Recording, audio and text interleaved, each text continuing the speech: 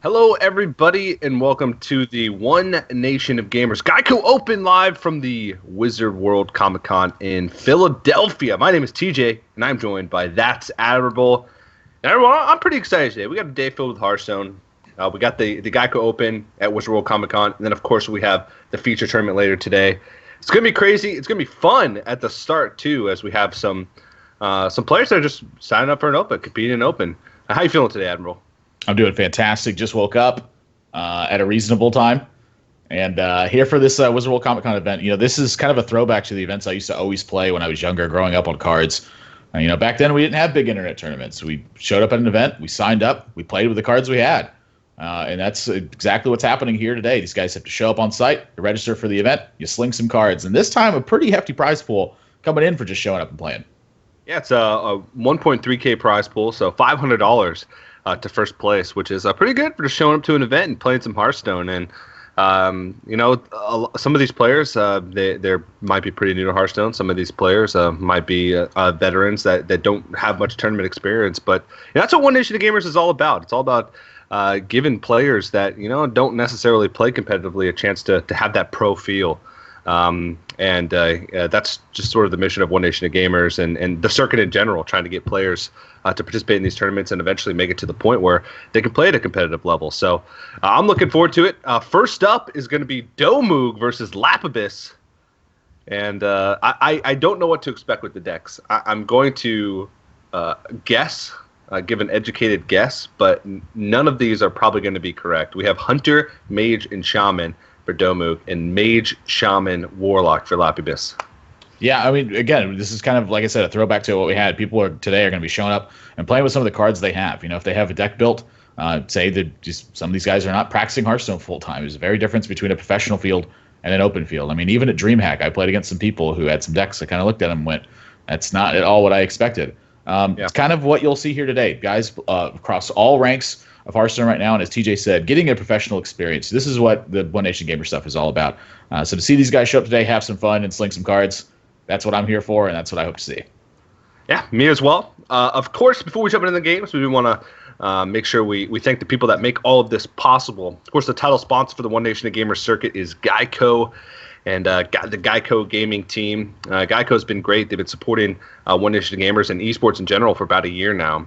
And you know what? I guarantee you, if you insure anything in your life at the moment, that you can save money by using Geico instead. And if you want to, you can head over to geico.onog.gg and get a free quote right on our website, right there, right on our portal. So it's easy, it's quick, and you can save money. So go ahead, head there. Maybe at some point during one of the breaks today, at some point during one of the matches, if you don't like Freeze Mage, something along those lines. But make sure you guys do that today. Now, also, of course, Video Game Voters Network. You can check them out at videogamevoters.com.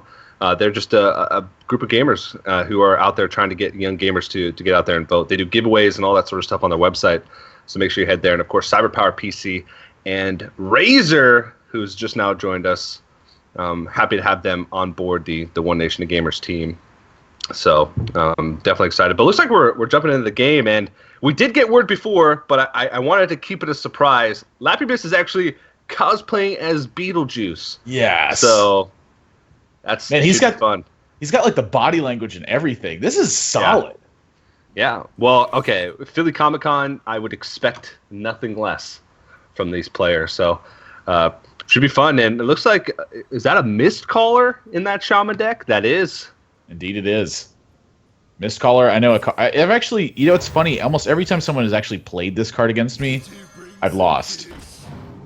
The thing I'm thinking, though, is how many times has someone not been able to play it against me, and as a result just had one less option. So kind of an interesting card to see there. I mean, again, if you play that and you stabilize, now just all your minions are just bigger than your opponents. That's a really hard game to lose.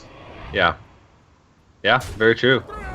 And so right off the bat, Mist Caller was a card that a lot of players were thinking that it was going to be pretty broken when it was announced. They're like, oh my god, your whole deck? +1/+1 in your whole deck?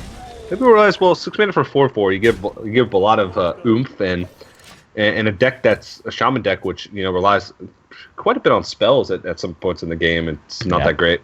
The thing I was most excited about when they released that card is that it didn't have like Overload 5 on it or something. It was just like, what? A shaman card without overload? This is preposterous. Give all of your cards +1/+1 and overload 2. The perfect card. There you go. And the sad thing is it doesn't even count as an overload card itself, so you can't even buff a Tunnel Trog when you play it on 6. Oh, jeez. Brutal. Okay, well. Gonna have to trade in both minions here, but I'd say that Flamethrower Totem's not the worst thing in the world. He really just wants to get that Mistcaller down and start outvaluing. But Lapabis, aka Beetlejuice, he's got a handful of cards at the moment. Yeah, and they're good cards as well. I mean, being able to Feral Spirit here, add a totem to it, even just add Flame Tongue if he wants to straight away. I mean, really all the options for Lapabis here. And Domug, that overload, the effect is turned a little bit here. We'll see what Lapabis is just going to go with Totem. So wants that Flame Tongue to be a bit of a surprise. And with that Flame Tongue Totem stranded for Domug right now, that's going to be, unless he decides to Hex here, which is, a 3-2 is not where you want to be hexing. He's just going to go with the Thunderbluff Valiant here. Put a 3-6 on board. So now, this is actually kind of a clever play with the Flame Tongue sitting out there because it would have been free for Lapabus. But now in this spot, he's got to be worried about the Thunderbluff Valiant. So the Flame Tongue Totem may actually live through this turn. Yeah. Is there any way that he can make trades to with the Flame Tongue Totem and maybe the Rock Biter to clean this up?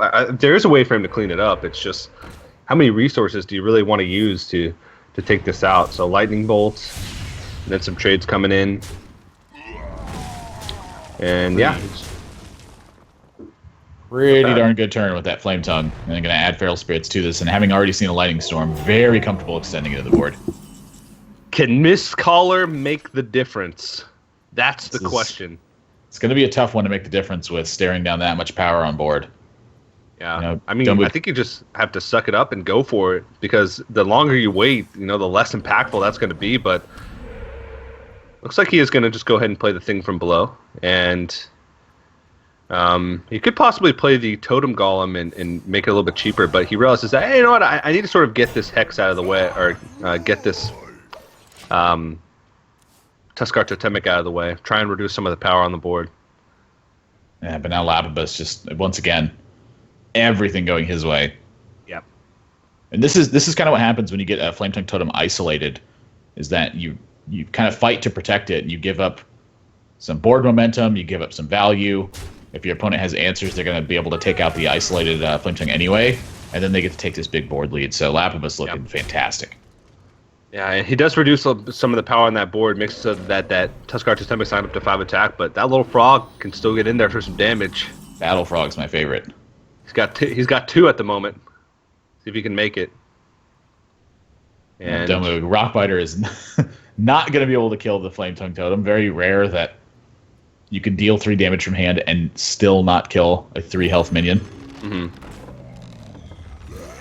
Well, he's going to hold on to the Mistcaller once again, just play out as powerful of a board as he possibly can. But with this Flame Tongue, the trades are just going to be so good. And Lapabis has Doomhammer plus Rockbiter as well, with plenty of health to work with if he wants to use that to start trading in a little bit. 2, 4, 8. Yeah, 13 damage available. I mean, even Lightning Storm's looking good here. How much is Thunderbluff Valiant put? Oh, he doesn't have room. If he Thunderbluff Valiants and trades in one of the... He has 3 totems on the board, so that'd be an extra 6. Still wouldn't be that close, but be a lot of damage. And yeah, he's just going to use the Rockbiter weapon here to start pushing in the deeps. Yep. Super easy play here from Lapabus. I mean, when your opponent has had this many weak turns in a row, you can feel pretty safe that they just don't have the answers in their hand. Take care of stuff, and just going to continue to add more totems to this. And Domug's going to be pretty hard pressed to push past here unless he draws a Lightning Storm or Elemental Destruction or the like. This is the old double Rockbiter concede. Yeah. You must attack the minion with taunt. Yep, 9 power, not good enough. Yeah. Just takes out 1/1/3. Can't trample over. Yeah. 4, 5, 6, 7, 8, 9, 10, 11. Not quite lethal just yet. Now, could trade in like the Frog, for instance, and go Thunderbluff Valiant and buff his minions. That would be 2, 4, 6, lethal, 7, yeah. 8, 9, 10, 11, 12, 13, 14, 15. That would be lethal, and I think that's what he spots. Wow. Yeah. Good spot. Yeah, it looks like It's a little bit over, Lapidus. too. I didn't count the Flame Tongue, even. Flame Tongue is a totem. As much as lobbyists and legislation is trying to hold him back, he is a totem. I was about to get really into politics there. We're going to avoid that topic. Lapidus takes a clean game 1. Yeah, once again, just the isolated Flame Tongue totem, really taking advantage of that for Lapidus and keeping the momentum on his side, able to close it out pretty easily. Yeah, so Domuk, the miscolor choice, not really paying off. In that Shaman Mirror matchup, it's all about the board, and you can't afford to spend 6 mana to play a weak-bodied minion. And by the time it even got to that point, he'd already lost control of the board. So I like the play from Lapidus. He was just, pacing himself. Yeah, that's it. I just stared into his eyes and lost my train of thought. I mean, look at him. He's beautiful. What a specimen. Yeah. I mean, that is a legit... Google Beetlejuice real quick and take a look at that guy. That's like a spitting image. That was more directed at an audience than TJ, Yep. but TJ's... Wow. Yeah. Yeah, very true. You're right. I'm going to Google it now. I mean, I watched this movie, I think 3 weeks ago. Just for no reason. I was just like, you know what? I want to watch some Beetlejuice here. You knew. All right, well, we're moving to the next game here, and this looks like an interesting deck from Domuk. It seems like Yalkin Load Hunter, potentially, but with Sir Finley and Ragnaros the Light Lord. So he gave up his Hunter hero power, and he got a Paladin hero power. So he's going to be making dudes. A really interesting deck here. I don't know, to be honest. What this deck could possibly hold. So something that comes to mind for me. Yeah. Something that comes to mind for me when I see the Finley here and I see the Wild Pyromancer and I also see all the interesting choices is I'm curious, could this be a Reno variant? So I'm looking up for duplicates personally right now and seeing if anything is kind of a 2 of in here. Eagle Hornbow is a pretty solid draw. So you can get more pressure going. Actually, Lapidus's hand is pretty weak to this too. Once this is cleared out, Domuk's going to have multiple answers, is going to be able to be producing minions, chooses not to kill the Flame Tongue here. I'm sorry, the Flame Imp here. Interesting choice. Maybe feels like he's going to lock and load plus quick shot at next turn. Yeah, that's what I'm thinking too. Or maybe kill a weaker minion with the Eagle Hornbow. Yeah. But, given this hand state, I don't even know if I'd want to do this. To me, it's looking like just take it slow, wait for the build, and then get going. But it looks like he wants to lock and load and quick shot. Maybe. Yeah, I'm guessing Domuk read this card a little bit wrong here. Probably the old lock and load pass. Yeah, probably thinking that this effect is going to be ever present when you use it. It is this turn only. Yeah. He's going to be quite disappointed next turn when he plays that quick shot and no Hunter card comes into his hand. Yep. The best way to learn is learning the hard way.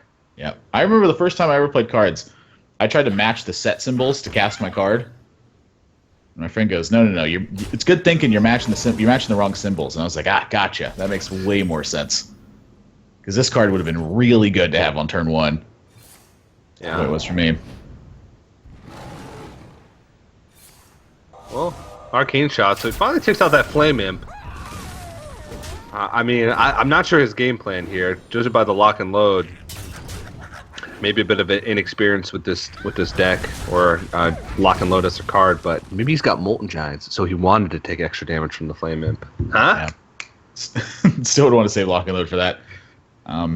Just kind of taking care of everything really slowly and sequencing, very important in these situations to be able to get the most out of it. And so this really illustrating the difference on that. Lapidus is amassing a tremendous amount of card advantage and is easily going to be able to take advantage of all these situations. I mean, Domuk's hand, it's a quick shot and a Ragnaros.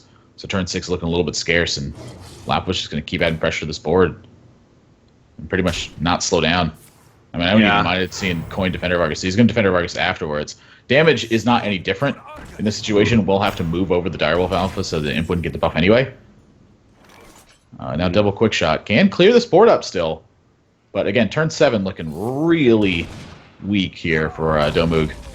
And Rag is not necessarily the most impactful card when you're talking about being against a Zoo Warlock, just because a lot of times they can flood the board with really weak minions, especially once they see Rag come down. That opens them up to being able to play like Forbidden Ritual and things like that. And Domuk is actually already using Unleash the Hounds. He used it on turn 5 in combination with the Arcane Shot to try and clean up the board a little bit. So if that were to happen, Rag's going to have a tough time finding targets. Yeah, good turn here for Lapis as well. I mean, it was looking pretty grim at the start of this one, but back-to-back draws. Gives him something to do. And Domuk, no way to clear this Councilman. Oh, yeah. Point it at the face. Show it to me, Domuk. For playing against Darquanix at Fight Night. My final blow was that Arcane Shot, and I made sure to aim it right between the eyes on that portrait. And then it just hits him right in the chest anyway. Yeah, I was like, oh, come on, I aimed this. They did have more cards that aim, and they can actually miss. They did add a mechanical skill aspect to Hearthstone. Arcane Shot Arcane Shot should be able to just hit the board and miss all the minions. Like Avenging Wrath has like a spray pattern on it, so you have to drag your mouse properly to hit all the right targets. Yeah, so you can just drag your finger over the face, and all the shots just go to the face. This Ragnaros shot gonna need to be on point. Councilman, not a bad one. Yeah. But double power overwhelming, gonna be able to clean up this Ragnaros. Can even add minions. Probably gonna be able to clean up the game. Oh yeah, I just didn't even realize 15 life. That is a lot of damage. Oh my gosh, that is an angry sea giant. Yeah, he ended up taking so much damage from that flame whip early on, and just waiting to kill that. Definitely punished him, and Domuk's gonna go down 2-0. He's got to find a way to fight back. We'll see if he can do it. But Lapibus, he's cruising. He's lapping the games up. He's the Lap Abyss. I was trying to find some pun to use with the second half of his name. I'm like, he's lapping it up, and he's bissing. He is the Abyss. You step into the arena with him, you're gone. That's the way it works. Good one. Good one. But only deck that Lapibus has left is going to be the Mage, and it is Tempo Mage. My favorite kind of mage. Hopefully there's a Yogg Saron tucked into this sucker. And we'll see exactly what's happening here. Looks like a Dragon Mage to me. Effigy and Blackwing Technician, pretty indicative of that. And that Twilight Guardian. Yeah, this is Freeze Mage for sure. That's definitely Dragon Mage, indicated by all the dragons. Crazed Alchemist and Lapibus's Tempo Mage deck. Maybe Doomsayer been giving him a bit of trouble with that one. Can turn that 0-7 into a 7-0, and as a result, it dies instantaneously. Yeah. Blackwing Technician here. It's going to be a pretty sick play. And that orange glow usually means play me. Yep. Don't move 3-5 versus 3-2. I can tell you who wins this one. Second Crazed Alchemist even. Wow. Really concerned. Maybe even like Flameting Totems and Mana type Totems been a bit of an issue. Doesn't want to have to like Frostbolt them. So just running the Crazed Alchemist to get that done. The other thing too is if you land a 3-2 and your opponent plays like a Dark Peddler, being able to Crazed Alchemist your 3-2 and run it over is pretty important. And even in this spot, Crazed Alchemist effectively deals 2 damage and gets something on the board. Really interesting choice here from Lapibus, but honestly, looking pretty solid. Yeah. Domuk really needs to pick up another dragon to activate this Twilight Guardian before we go into the next turn. He's going to have to get a lot of mileage out of that. I think he realized this and was like, you know what? If I'm going to play Twilight Guardian next turn, I need to find a dragon ASAP. And so decides to forgo the effigy for now, use that Arcane Intellect, try and dig deeper into his deck. But Lapibus already has a huge lead. Domuk's going to need a lot of tools to try and fight back into this one. Yeah, I'm even just going to go with Flamewaker here. And this is, I think, a really solid play. Either one of two things is going to happen. Domuk has to invest mana, clear up that Flamewaker, or he gets development and Lapibus is able to do massive work with that Flamewaker sticking on board. So pretty tough spot here for Domuk. He's pretty much relegated to taking damage in one way or another. Yeah. Oh, that's a misclick. That's a bad misclick. Oh my. Yeah. You can see Toby just laughing about it like, well, I didn't mean to do that one. You could see he was trying to just cancel and put the Frostbolt back in his hand, but that Frostbolt had other plans. Oh, man. Who was it that Frostbolt himself and lost? Was it E-Cop? I don't He remember. frostbolted his own face as BM and just literally lost because of it. Yeah. I think it was ECOP. I could just be totally wrong. I hope BM I'm gone totally wrong. wrong and I'm just rubbing it in ECOP's face right now. That'd be the greatest. Arcane Blast for 4 damage here. This is that accidental frostbolt certainly sealed this game. So Lapidus taking a 3-0 here. And well done to Beetlejuice. Getting the thumbs up. Yeah. A little bit unfortunate there for Domug at the end. Game could have been a little bit different if he was able to get that frostbolt off, maybe clean up the board a little bit more going into the next turns, but he is going to fall to Lapidus, and Lapidus is going to move on, getting closer to that $500 first place prize. And pretty cool. Start off the day in this open tournament with a 3-0 win. Got to feel good. Yep. Give you an idea of the span of ranks here. Lapidus coming into this one at rank 6, I believe. And Domug actually unranked coming in this event. So, very, very different range of players you're going to be getting in these open events. This is at Wizard World Comic Con. You have to show up at the event. You just sign up. Some of the participants today will even just be trying Hearthstone for the first time at this event. So, you're in for something else if you're looking for those decks. Yeah, this is sort of where the innovation starts with decks. The double crazed alchemist and temple mage, who knows, might catch on. I was looking at them like, you know what? You said like Mana Tide and Flame Totem. I'm sitting here thinking like, whoa, I need to go. I'm playing it right now. I just killed 2 Doomsayers with 2 crazed alchemists in my temple. 2 in a row. Oh man. Okay.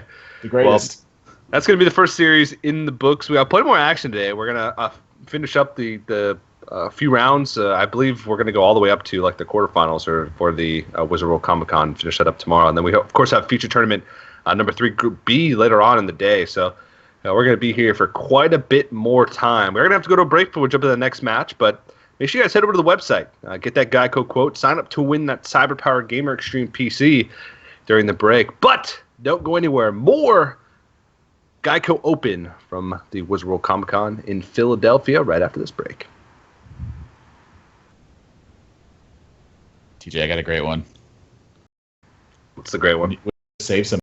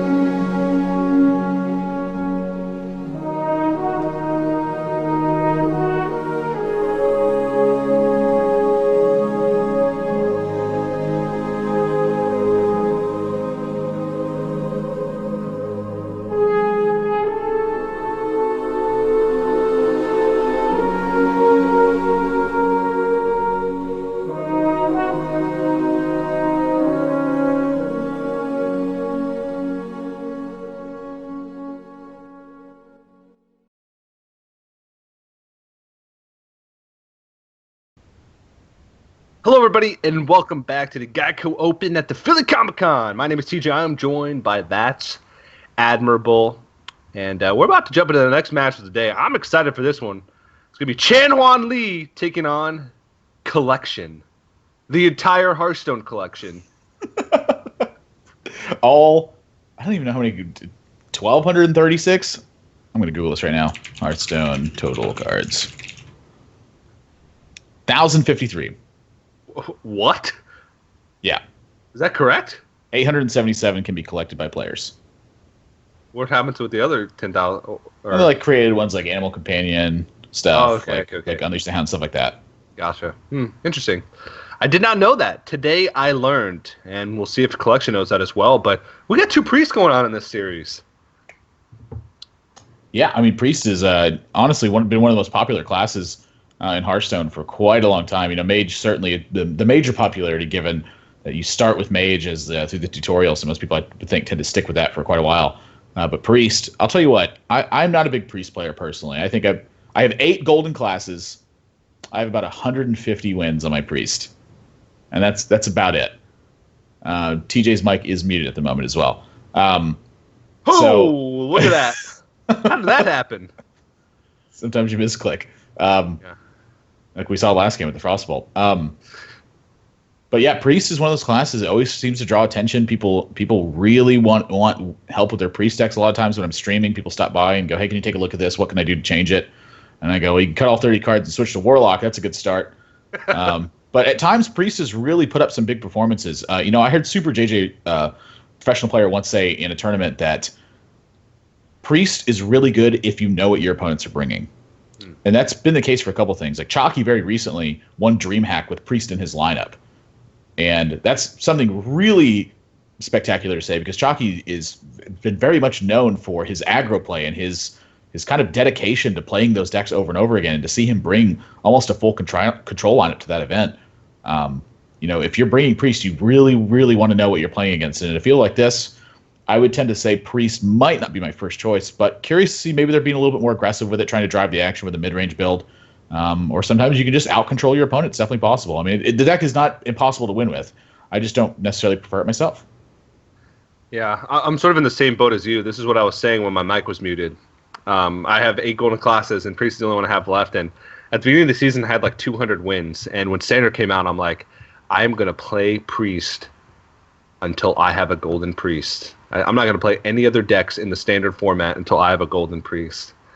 And, you start the season at like rank 16, 2 stars or something like that if you get Legend prior season. And I got to like rank 13, and I'm like, no more Priest. Ever. And I haven't played Priest since. So, cool story, bro. Me. But yeah, the players should be jumping into the match momentarily here. I'm curious to see this. We saw some interesting deck choices last time from Domug with the sort of Dragon Mage, and we saw Mistcaller as well, and the Tempo Mage from Lapibus with the Double Crazed Alchemist. So I'm curious to see what these priests have in store. Priest is a class where the decks vary widely. Yeah. Just because they have a lot of like decent cards. They have a lot of situational cards. It's hard to find the perfect amount of tech. That's why you said, Super JJ and a lot of pro players say Priest is great when you know exactly what your opponent's playing. But in an open environment like this, with varying skill levels and rank levels, who knows what you're going to be playing against? So I have no idea what these Priest decks are going to have in store. Yeah, to me, the other interesting thing too right now is that Priest has sort of like the N'Zoth direction it can take with all the death rattles it has. Museum Creator and Shifting Shade, and also being able to take the Cthulhu route with having some very powerful Cthulhu cards. The thing that kind of concerns me with the Cthulhu version is how clunky your deck gets, and you have, kind of talking about situational cards. If you combine situational cards with slightly weaker minions, it is a little bit more difficult to get going. So is the payoff to build to that giant Cthulhu effect worth it a lot of times? And so I've seen it all over the board, and this is definitely a Cthulhu one. Twilight Elder is a big signal for that, and the Cthulhu is an even bigger signal for this being Cthulhu Priest. And Chan Hwan Lee actually come in with this is a very interesting mage deck to start with. I mean, I can't quite remember the name of this 4-drop for some reason. It's not coming to my head. Spellslinger, and the 4-drop, 4 mana, 2/4, and whenever you cast a spell, it freezes an enemy minion. It will not freeze minions that have already been frozen. Yeah. And that's something that's really interesting to note about that card. I have tried to find a way to use that for so long now because that's got to be one of my favorite cards printed in the set. I'm so sad the name is Frostcaller, I think. Demented Frostcaller. Yeah, that's exactly what it is. I've tried to find a way to use this card for so long, just haven't been able to find it. Corruption picked up for a collection off this Spellslinger, and an upgrade for Chanwan Lee. Not often you get to see mages with weapons, but it's one of those games. It's one of those games. Yeah, and Cthulhu Priest has some really strong tools. The Twilight, or was it Twilight Darkmender? Is that what it's called? The 6/5. That's effectively the ancient shield bearer equivalent for priests. It's definitely a powerful tool, especially against more aggressive decks, because that thing can definitely heal for 10 is a huge effect. So we'll see if that's in the deck, but priest has always been sort of open. Summoning Stone. This deck is already my favorite deck here. With Frostbolt and Arcane Missiles here.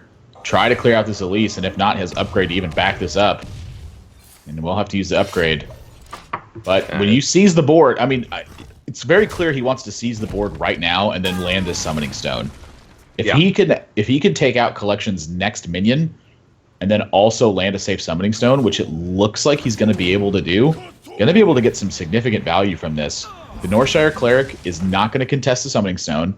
Collection does not have a Shadow Word Pain in his hand. Yeah. I mean, I think you just got to drop this Summoning Stone and just go. Yeah, I'm just going to go with Mirror Entity instead, so maybe trying to bait out a Shadow Word Pain here with this Mana Worm. And just then drop the water stone. For it. Yeah. Mirror Entity also will help you contest the board. Collection here going to be pretty relegated to just playing the best minion in his hand this turn. And that's exactly what he's going to do. Going to draw a card with the Northshire Cleric first. Do you hear it call? And here we go. All right, well, Twilight Elder. It'll be funny if at the end of Chan Huan Lee's turn, you just see Cthulhu pop up and he's got a random Cthulhu just sitting in his deck. All right, well, Fireball picked up. Maybe Chan Huan Lee wants to wait until he can get immediate value out of this Summoning Stone, like plop it down and then play Effigy on top of it. So you get the thing right away. You get the minion right away, and you get to get value out of it right away. Definitely a real possibility from that. That's a Ren and Stimpy shirt? Oh, man. Collection. Taking me back. Collection's hand is dead at the moment. There's no way to take advantage of this. Just going to Power Word Shield, opposing Mana Worm, and then Corruption looks like it's going to be the answer here. Yeah. And now Injured Blade Master picked up. That is a solid one for him. Going to be able to Circle Healing this if he wants to as well. Mm-hmm. But actually, now that I'm kind of looking at it, this is a bad drop for it this turn because the Mana Worm, the Mana Worm's going to rip. So if you decide to go with this play here, your opponent actually gets to get value out of this Mana Worm, where before it was just a couple points of damage. Yeah. Well, Chan Lee is going to continue to play on Curve here as well. Curve, I think, has become the major consideration here for him. And now, with that guy frozen, he's going to choose to trade anyway. Oh, it freezes the face. I didn't know Demented Frostcaller would freeze space. Yes, it can. Wow, and then Effigy procs that Mana Worm, giving him a 2/1. Oh, that's actually a weird interaction there with the It's Effigy. Corruption says the start of your turn. Yeah, destroy the minion. It does make sense. I've just actually never seen it happen before. So, Chan Lee can get immediate value out of the Summoning Stone now, but it is only going to be a 1-mana minion. So that is definitely something you have to keep in mind. And he is just going to go for it, try and get some of these spells out of here. And he will also freeze something. Not that it matters, because it'll probably just be face. Just get a Terminate Attendee, and Collection gets a small smirk on his face as he sees the Summoning Stone. But he's got to be feeling okay. I mean, he has Cthulhu still waiting in his hand. It's not the biggest Cthulhu. I would not be feeling okay right now. You have no way to kill Summoning Stone. Yeah, but your opponent only has one card in his hand, and it obviously wasn't a spell because, it's either not a spell or a really expensive spell because he floated 2 mana last turn and just pinged face, and used that Arcane Missile instead. So, I mean, you have time. I feel. Woo! Like, are you really going to use a Blizzard on an empty board? Yes. I mean, I guess so. Not going to use it this one. Chan Lee is hunting for that value. Okay. Chan Lee is hunting for that value. All right, we've seen him be a little bit more conservative too. I mean, the fact that he held on to the Summoning Stone so long, and the fact that he's been so concerned with curve and trading off really well. I mean, it's not really a surprise to see him hold on to this Blizzard here. This definitely will be a turn he's using it though. Yeah. Well, his Shadow or Deaths are not activated for his own minion. Ooh, Ethereal Conjurer. Actually, I like that better. Or not. It's a thing from below. Oh my gosh. It's actually below average, I think, for a 6-drop. There's a lot of really powerful 6-drops in the game. I'll take a 5/5 taunt. Yeah, 5/5 with taunt, but you can get like Cairn or Emperor Thorsan or even what is that beetle thing? The Cthulhu buffing beetle, the 7/6. Now to the gold monkey. He's going to need some help here. Can Shadow Word Death this thing from below?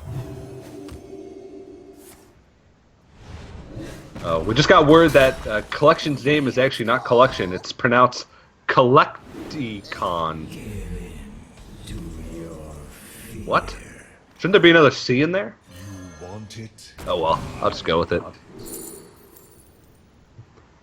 Ooh, Shatter is interesting with the Demented Frostcaller. I mean, I'd be hard-pressed to pass up the old Summoning Stone Pyroblast, though. Yeah, but it's looking like some trades here as well. Yeah. Pyroblast. Yeah, but it's just going to ping and pass here. Northshire Cleric picked up. Still no check to the Summoning Stone, unless he wanted to play the Cthulhu here, which... What's honestly, Cthulhu now right now? 10-10? It's a little bit bigger than that. I feel like he would have had a good turn there for Cthulhu. Yep, he's going to go with Circle of Healing, draw some extra cards, and I mean, you got to entomb this Summoning Stone, right? Yeah. I think you do. You can try and dig a little bit further with Powered Shield, but looks like he's going to Cthulhu. Nelly. Whoa, he has zero respect for the Summoning Stone. And now he's probably going to be a Pyroblast to the face. Can you pass that up? 10 damage, summon a 10-10? It's a 15 power Cthulhu right now. Point that. Point it. Point it. I mean, this is the turn you set up for this, too. He's going to wait. The more you wait, the more time you're giving him to get Cthulhu.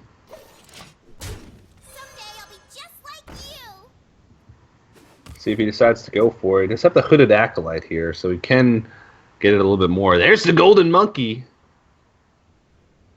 Yeah, I'm definitely hanging on the Golden Monkey until I play Cthulhu. I don't know. I mean, this is you could get anything from that Golden Monkey. You could even get a Cthulhu. Still no Cthulhu turn for Collecticon. If you have if you have a Cthulhu deck and you Golden Monkey and get multiple Cthulhu's, are they all as powerful as the original Cthulhu that you buffed? I believe the Cthulhu buff is sort of like an attachment to the player. Yeah, but so like all of your Cthulhu's, if you had a 2020 Cthulhu and then you Golden Monkeyed and got 4 Cthulhu's from your Golden Monkey, would your Cthulhu, all your Cthulhu's be 2020? So this is actually lethal here for Chanwan Lee too. Collecticon choosing to heal himself, or I'm sorry, a minion instead of himself, the Flame Waker. Gets a look at that Sargoth. Yeah, I need to learn the names of these weird cards. Sargoth the Slitherer. Yep, I knew it was close, but no cigar here. Chanwan Lee taking that Pyroblast, actually not casting the Pyroblast, tricked Collecticon into not healing himself, which gave him lethal. Yeah, I feel like, I mean, I understand why you want to hold on to Cthulhu for that long, but man, you put that card in your deck, you got to use that little guy. Just throw him out there. Let him do his thing. 15/15 is good enough for me. Sogoth the Slitherer is the name of that giant taunt that cannot be targeted by spells or hero powers. Only Black Knights can target him. All right, well, is this going to be Cthulhu Priest versus Cthulhu Priest? Oh, hang in there, boys. This is a... You know, Collecticon does have a Golden Monkey build of this as well. I'm curious if Collecticon... I'm sorry, if Chanwan Lee has the same thing in his build. Mm-hmm. We'll see. He does have Scarlet Crusader, so that's an interesting inclusion in this type of deck. These decks are pretty cheap to use now. Klexicon has to be careful here because he will give a card to both players if he decides to attack in and heal up. So even though he's, drawing a card, he's not gaining any type of card advantage from this because he's also giving one over to Chan Wan Lee. So he's just going to go in Shadow Word Pain. Yeah, I like this. Good turn here for Chan Wan Lee, though. I mean, the Scarlet Crusader will contest that directly. Going to be more conservative, save his coin. Mm-hmm. It's not bad. Next turn, he'll be able to clean it up with the Disciple of Cthulhu. He will, however, give over a card. And if Collecticon feels like it, he can actually get 2 cards. Yeah, that's what he's going to go for here. I mean, card advantage is certainly in the name of the game, I think, in this matchup. It's really hard, I think, for either player to kind of deliver that final punch. Mm-hmm. And so being able to have more options in your opponent is extremely powerful. Yeah, I feel like this. I don't know how often this matchup goes to fatigue. I can't say that I'm an expert on the Cthulhu Priest versus Cthulhu Priest mirror, but I can imagine it doesn't go to fatigue just because of how powerful Cthulhu ends up being. You are absolutely correct. So, the race to Cthulhu. Yeah, we also saw Doomcaller in Collecticon's build last game as well. So even in the event that the Cthulhu ends up dying to something, it does have that extra access to it. So if Chan Wan Lee doesn't manage to actually steal Cthulhu or like entomb it or something like that, it usually goes through Circle of Healing with Alkanai Soul Priest to clean up this board.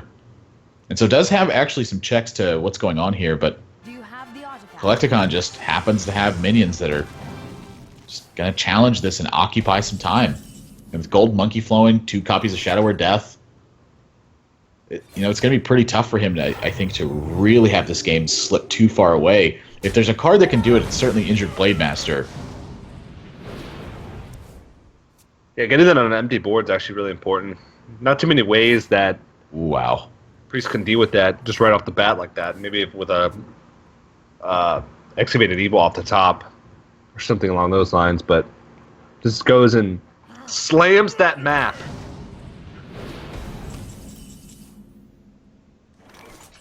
Twilight Dark Menders. I mean, they're looking all right now. I mean, this is the difference between the heal version and the armor version as well. Is you're free to play the Ancient Shield Bearer as soon as your Cthulhu is active. Mm-hmm. With the Twilight Dark Menders, though, I mean, you really want to get that value out of them. If you don't need them, it's just a 6/5, which I think is totally fine, but not quite what you're looking for in those spots. Yeah, it does come on a turn sooner, but 1, how often is your Cthulhu 10 buff to 10 by turn 5? 2, how often do you need to heal by turn 5? So in the later game, you can fit it in with more stuff, but the difference between 5 mana and 6 mana is not that big when armor is so much more impactful. Well, he goes ahead and heals up the Injured Blade Master, but it doesn't really matter at the moment because the Twilight can still just gonna trade in here. Trade into it, yeah. Only Nova, not really any help here. And Entomb is not looking so good on this board. I mean, Entomb is typically reserved for the much stronger minions in this matchup. It's just going to go ahead and Entomb. Wants to alleviate the pressure from himself and just keep buying time. And again, both players' hands pretty slim right now. I would say Collecticon's hand is just a little bit better right now. Mm-hmm. And that Doomcaller draw, honestly, I'd be a little bit tempted to drop one of these Twilight Dark Menders, but ooh, Cthulhu joins the party. Yeah, but he's probably going to be really patient with it because your opponent just healed and passed. So that means their hand is pretty much dead. They're probably holding on to some Shadow Word Deaths, things like that. So, yeah, I'd like to see Chan Wan Lee here throw one of these Twilight Dark Manners just to get something onto the board. Doomcaller, I feel like, has a much more powerful effect as far as the matchup goes. Just because having 2 Cthulhu's, especially if your opponent doesn't have Doomcaller in their deck, that gives you a huge advantage if this game goes incredibly late. Yeah, that's exactly what he's going to do, too. Just get a 7 on board. Giddy up. Pretty easy Shadow Word Death here for Collecticon. And Hooded Acolyte, a fantastic draw. Just now the extension of the lead is becoming a very real thing. The Hooded Acolyte's so good in this mirror match. Yeah. He's going to keep up in that Cthulhu 12-12 now, and Chan Wan Lee shakes his head a little bit. He knows he's in some trouble. I'm not really able to do anything here. He could draw a card by healing his opponent's minion, but that's going to also buff the Cthulhu as well. And this 3-4, I mean, it's already taken care of with just the board. This game is looking all Collecticon right now. Yeah. Oh, just gonna Holy Nova. This is gonna buff the Cthulhu so much. 3 times. He's gonna get a 4th one here from the hero power as well. And he's gonna put his minions out of range of Excavated Evil. Nothing can be Shadow or Death. This is a really powerful board. He could be looking at a lethal opportunity next turn if Chanwan Li doesn't build up this board. And he's gonna go up to 27. So we'd have to attack in and then Cthulhu to get the efficient amount of damage. So it would be 8 plus 17. Not quite enough. Just a couple points off, but yeah.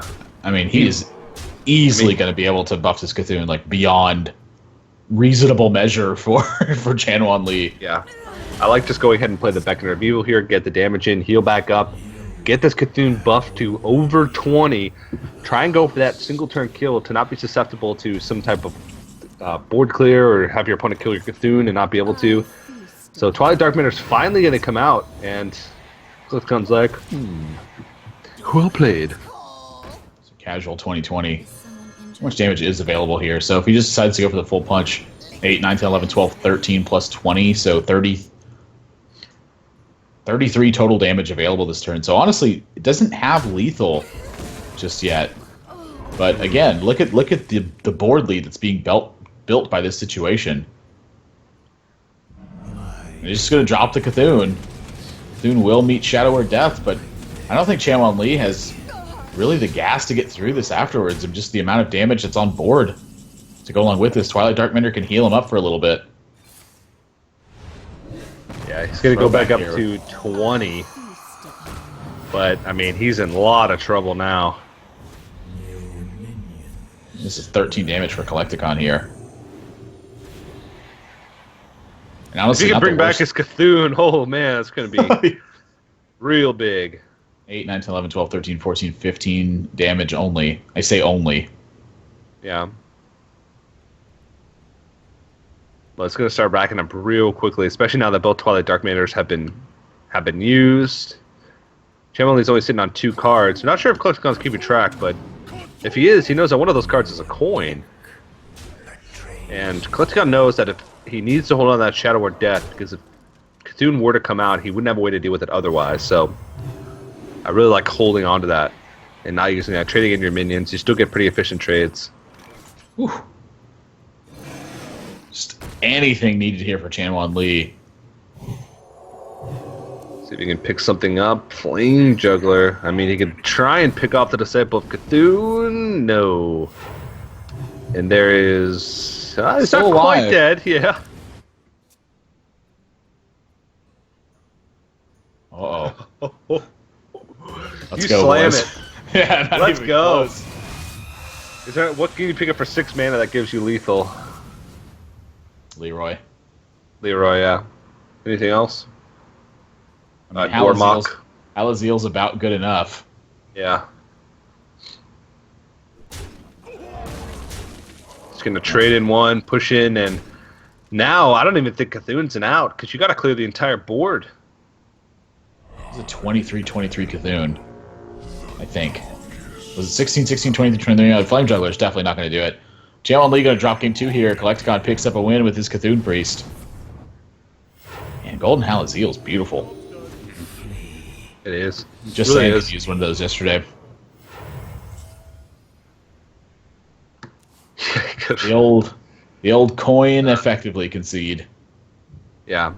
And Collecticon just going to do the honors, finish off the game, tie up the series 1-1, and the Cthulhu Priest Mirror comes to an end. Interesting match, though. That one is something you don't really get to see every day. Cthulhu decks, I really like them.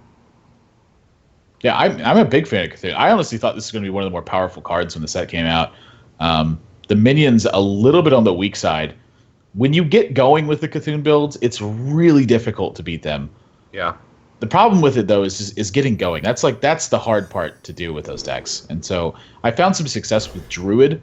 That's my main Cthulhu build. Not really much on the rest of them. Just, the fact that the fact that Druid has Dark Arakoa, which is like a minion that Druid I think would consider playing anyway, ends up being such a big benefit to that class. Then also, of course, having Wild Growth to use your slightly weaker minions ahead of time is like a really big one. And this is he's just going for the Arcane Missile here straight away. He says 3/3 Mana Worm, deal with it.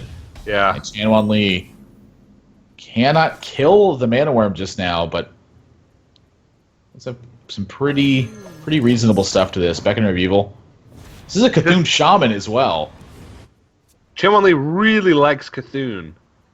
Mind if I roll me? Cthulhu. Cthulhu. Cthulhu. Nice.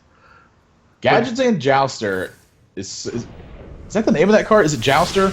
Yeah, it is. A really interesting choice here. You know, it's also what a interesting. totem. Do shamans even have any class cards that buff Cthulhu? No. Or that interact with Cthulhu? So he's going with all common cards here to try and get this Cthulhu. Mind if I roll me? I mean, you can still play Twin Imps. You can still play most of like Cthulhu's Chosen, Twilight Elder, Beckoner of Evil, things like that. So, You can brew that Scarab too. oh, picks up a Twilight Twilight Elder off the Jeweled Scarab. Hey, Brews it it back. back. Oh my goodness. This is savage. I love Cthulhu this Shaman, New Age. This is what it's all about right here. Dragon picked up for Galacticon, so ooh, and what a dragon too. Twilight Guardian is going to forego the Guardian this turn. Just wants to ping off the 2/1. No class cards that buff Cthulhu, no problem with Jeweled Scarab. Azure Drake, pretty solid as your lead here. And Galacticon, no presence on board to handle this Azure Drake. Does pick up Frostbolt for it. He's even curving right into this Fire Elemental. Yeah, it looks like Twilight Guardian going to be played out. So we'll get picked up pretty easily. Multiple ways to actually go about this. He can even hex it if he really wants to. Develop the Twilight Elder. That's exactly what he's going to do. Yeah. I mean, there's some merit to holding on to the hex. You know, it's Dragon Mage, so there's probably some big dragons sitting in there, but I mean, he's like, I got this tempo advantage. He's going to fit in a totem, so maybe Twilight Darkmenders, Thingborn Belows in this deck, because he's fitting in these totems, trying to get value out of this in the long run. Gadgets and Jouster does win the joust. I'll tell you what, when that guy wins the joust, it's pretty darn good. Yeah, it's like It's when Zombie it- Chow. It's when it doesn't win the joust that it's not pretty darn good. Yeah. This could be Reno Cthulhu? You know, that's a Shaman? really interesting thing to bring up. We haven't seen any duplicates just yet. Yeah. Rumbling Rumbling Elemental. Whoa. Galacticon's like, what? Wow, is this? Brand gets picked up even. Yeah. This is serious. This is not a joke turn coming up here for Chanwan Lee. Galacticon does have some pretty solid answers available in hand, but Rumbling Elemental's a 2/6. That guy does not die very easily. He's going to start off with the Arcane Missiles. 3 shots to What? base! What? How does that happen? There's 4 minions on the board. 4 minions on the board. Every it's a- single shot Is that goes to face. 0.8% chance to happen? I don't know. Yeah, that's a 0.8% chance to happen. That is insane. Chanwan Lee's he's just like stone cold. He's like, yep. It's over 1,000 to 1. Wow. That is horrifyingly bad luck. There's Frost Shock. This is going to be an effigy. So we're going to bring back a 5-drop here. Let's see what we get. Ooh, Dark Iron Skulker is not what you want to see. It's going to get cleaned up by this Lightning Storm. And damage push. Galacticon needs some AoE. What if he has a Flame Strike tucked into this deck? Check wouldn't even completely clear the board either. The Rumbling Elemental sticks around. Well, Answers sometimes, my question. honestly, I don't even think that Flame Strike is really the play here. If you look at, just the way that minion health is, you can just ping off the Azure Drake and play a couple minions, and then set up for a better Flame Strike the turn after. I like this a lot better. Yeah. And he's even going to just set it up here. He's like, you know what? Kill my Blackman Corruptor. I need to make sure this board is going to get cleared, but Bran, Defender of Argus, is a possibility at the moment. And that'll also get damage into this Blackman Corruptor. If he puts this in between the... Well, okay. He's also got a Rumbling Elemental shot here. Yeah. And, I mean, he plays into Flame Strike, but I guess... I mean, maybe not realizing it from the last turn, but this is going to be a really clean Flame Strike. It's about as good as it gets. Wiping out 4 minions. Still some big minions left in Chamon Lee's hand. But there's also a Fireball from Collecticon, so... Elven Archer really not going to put some heat on this board. I mean, he's starting to get that damage in. I mean, Rumbling Elemental plus Elven Archer. Pretty sick. Bran Bronzebeard plus Elven Archer. Pretty sick. Jockey did that to me the other day. And beat me because of it. He killed my Knife Juggler with Bran Elven Archer. I mean, one of the most satisfying feelings in the game is, like, Bran plus Gormok. Like, that's just... like 8 damage for 4 mana, and it puts a 4/4 body on the board. Yeah, of course it's situational, but I'm getting like shivers just thinking about it. Because I'm playing the Doomcaller here all day. I'm playing my 7/9. Yeah, this is gonna be it's gonna be kind of an interesting choice here for Galacticon. Frostbolt is gonna change Nefarian from being played this turn, and the Earthen Ring Farce here, I imagine, getting added to this board as well. Ping onto the Doomcaller here, just wants to be able to put it further into range in case he draws another Frostbolt or something. Yep. And no, oh! I mean, it's only a 12/12, but I think this is a snap call. Yeah, not even close. Oh, wow. That was really good Cthulhu, taking out 2 minions as well. That's pretty above average. Elven Archer could deliver lethal here as well. Like, if the Doomcaller gets dealt with in this spot... He would need like an arcane... No, he would Lightning get Shaman Bolt. Cuts. That does nothing. Next turn, he can Healing Wave. Oh, no. Nefarian hard countered by Shaman. That's going to do it. The Cthulhu Shaman. He's even got an Elise Starseeker thrown in there. He's going to throw out some BM spells at the moment. And would only be fitting to end the game with the Elven Archer attack. And he's going to do it. He says, here's my hand. This is what you had to deal with, even if you beat me. And Chamon Lee's going to take a 2-1 lead in the series. Yeah, I mean, pretty timely draw there with the Cthulhu. I mean, without the Cthulhu, I don't think he would have won this game. Yeah. Just being able to rip it at the right moment. That's all it takes is the turn of a card. Yeah. Yep. Well, Priest left for Chamon Lee. It is going to be that Cthulhu Priest. We'll see if we can find a win against either the Mage or the Warrior from Collecticon, which we haven't seen yet. But judging by the theme of these guys' decks, I don't know, because he had Dragon Mage, but Cthulhu Priest. So it could be Dragon Warrior or Cthulhu Warrior. Could be N'Zoth Warrior. Could be N'Zoth Warrior. Could be Yogg-Saron Warrior. You know, Yogg-Saron was actually a card that was included a lot in the early days of Patron Warrior. When Standard first came out, a lot of players were playing Patron Warrior on the ladder, and they were like, you know, let's throw a Yogg-Saron in here. It's a deck that's full of spells. Patron Warrior is a deck that, when they lose pretty handily, and Yogg-Saron could be that miracle card that brings them back into the game. So, who knows? We'll have to see. He's going to throw out the Mage once again.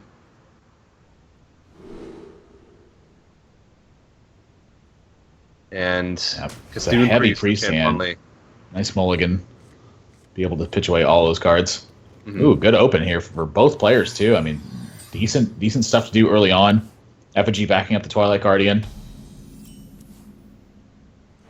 I don't know who's got the advantage here. I mean, Chamon Lee's blistering out of the gates. Is not going to go with Power Word Shield on his Northshire Cleric, so Collecticon does have an option to take this out, which is pretty darn standard. You can see Chamon Lee going, oh, I could have prevented this.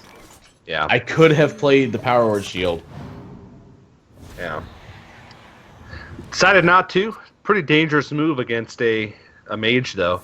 That's a Grim Patron. I was just talking about Patron. Grim Patron and Mage. I'll tell you what, you get the pings going. There's not really much stop. I mean, patrons do play Finley, so they can get Mage hero power and ping off their patrons. Now, Mage doesn't quite have the same interactions with hero power with the fire blast that Warrior does. You know, where Warrior can activate executes with it. They can ping their own acolytes and get extra card draws and activate battle rage and all that good stuff. Yeah. Chill Wind Yeti throwback. We're just gonna heal up, boys. Yeah, I like that. You know, Chill Wind Yeti feels really good to just slam that on 4, but he realizes, well, if I do that, then I can just ping off my Beckoner of Evil. I want to start trying to keep this board going a little bit, and I think these Twilight Guardians are going to get a lot of mileage just because Channel Lee doesn't have much in the ways of dealing with it. Doesn't have Shadow Word Pain. Velen's Chosen is gone for good. We're ripping the missile here, too. He's feeling lucky. Not today. He's like, well, 3 of my missiles went face last game when my opponent had 4 minions on the board, so... Just gonna suicide both these guys, heal up his Ninja Blade Master here. Galacticon, this is just so easy for him to continue to extend this lead here. Chan Li's hand is just looking so dead at the moment. Yeah. I mean, there's a potential that this Chill with Yeti is going to get work done. It's not a bad pickup right now. You know, what's kind of funny about this, too, is if Chan Li had actually drawn this a turn later, he'd have gotten more value from it. Mm-hmm. The fact that he drew it now means that Galacticon has an opportunity to respond to this and continue to hold on to that Grim Patron. I mean, he's obviously not playing Grim Patron into the Alkanite Soul Priest here. So once the Alkanite Soul Priest is gone, then he can start getting the Patron train rolling. Yeah. Spellbender, Counterspell, or Effigy. 3 mediocre secrets. I guess Spellbender... Well, I don't know. Or, sorry, Counterspell is your choice, but if you're keeping track, your opponent has coin. So, kind of want to hold on to that until they do use the coin. Yeah, not much doing this turn. Been like Shadow or Death for Chan Li, coupled with a Chill Wind Yeti. Yeah. And starting to keep piling that damage on. So Galacticon at this point, he's kind of lost control of this board and now just has a bunch of heavy legendaries in his hand. Flame Strike actually looking really good with the Alkanite Soul Priest in play. Your opponent cannot heal their own minions with Alkanite Soul Priest. So it looks like his setup instead is going to be Twilight Guardian. Perhaps drop Effigy or Counterspell. Looks like it's going to be Counterspell here. Weaken the minions on board. Hope Chan Li plays something else. And then Flame Strike the board. Ooh. Probably thought that was something else. Doesn't play the coin into the Counterspell, but it's probably thinking it was Mirror Entity. Played like that, or Effigy, because that's what he saw in the last game. Wasn't expecting that to come off the Ethereal Conjurer. He's going to be slightly punished for it. Doesn't get the extra health onto the Chill Wind Yeti. That might make a big difference, though, because Flame Strike is weighted in the wings. This is a full board clear. Yep, this is exactly what Galacticon wanted to happen. See you, board. Later. Later, Skater. Let's grab some coffee next week. Well, the thing is, Chimoli doesn't really have any legendaries in this deck aside from Cthulhu, so that red black hand's going to be sitting dead. Draw, Whoa! Too. Yeah, that's a sick draw. Only had one more mana he could coin out that Alchemist. Yeah. I'll tell you what, though, just a great reload. I mean, this will prevent Galacticon from really doing too much this turn. You know, I'm thinking you just drop the Cro-Magus here. This is going to go with the Patron Train. This will get shut down by that Holy Nova. Yeah.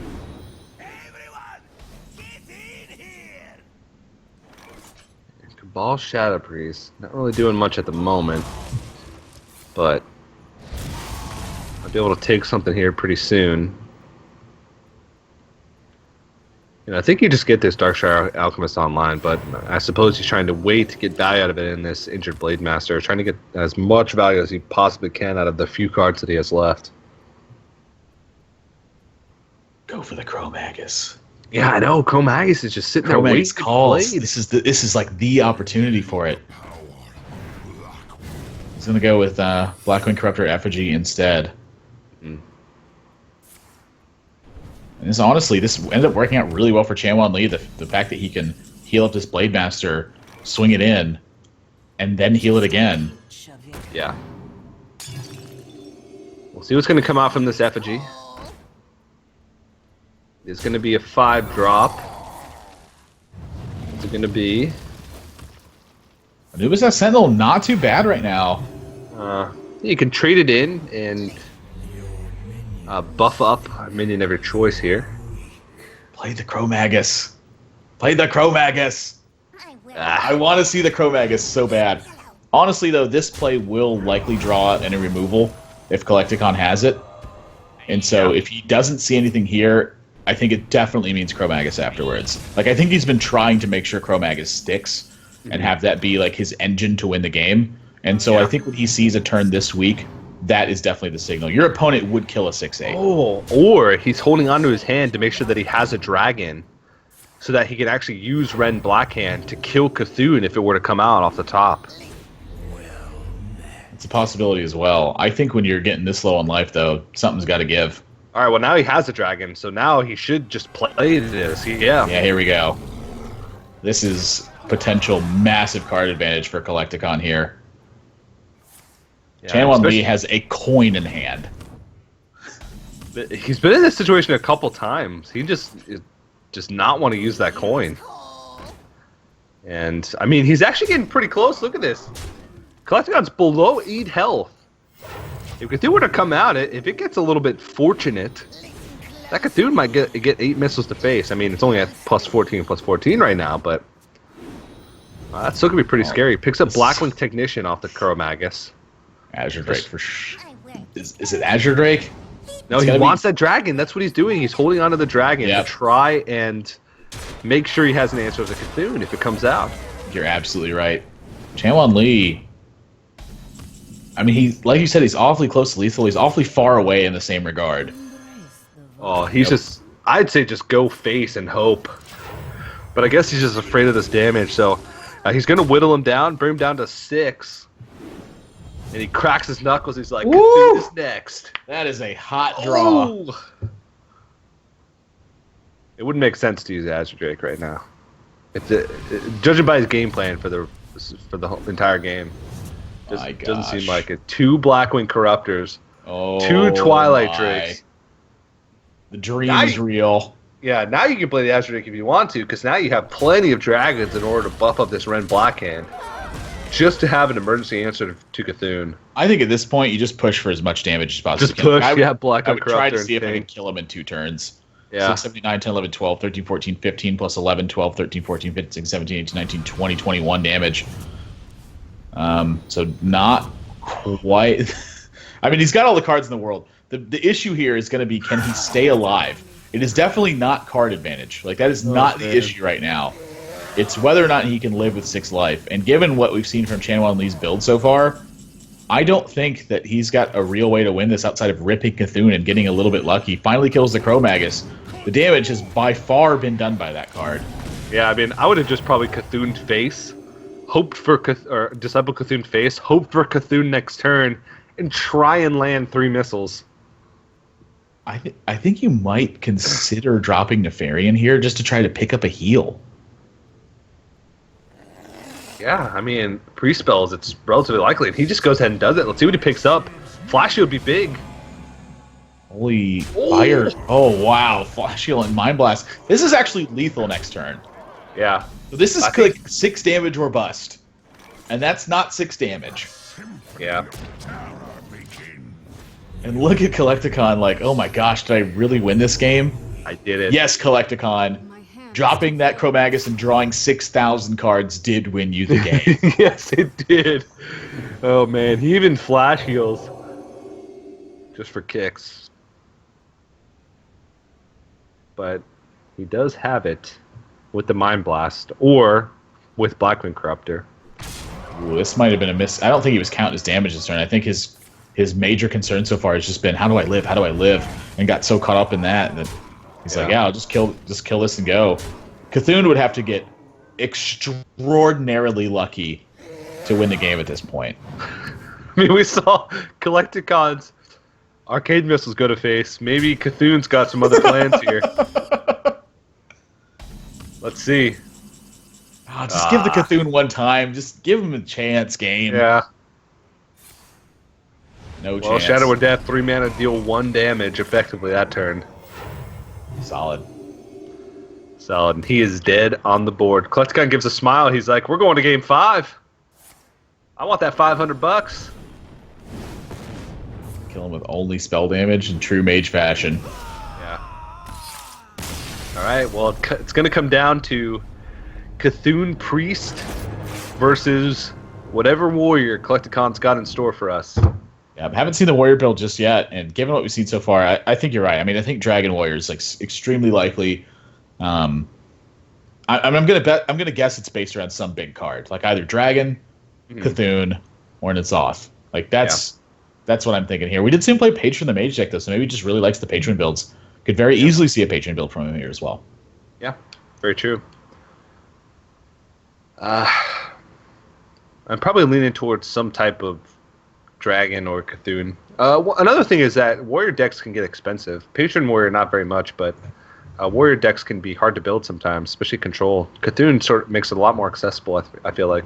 Because you just automatically get Cthulhu and most of the buff cards just for logging in. So we'll definitely have to see. It'd be kind of cool for it to come down to Cthulhu versus Cthulhu battle just because of how much Cthulhu we've actually seen so far. But it looks like we are jumping into it, and I have no idea right now. Bolster? Looks like some type of Control. Yeah, I mean, it's definitely some sort of deck that is going to want to control the game as long as possible. Didn't see that Kodo the whole time. Wanting Berserker is a little bit of a weird choice. Battle Rage joins the hand as well. We did see Sunwalker in here also. Yeah. Ooh, double Battle Rage. Not what you want to see early on, but this really is an interesting deck.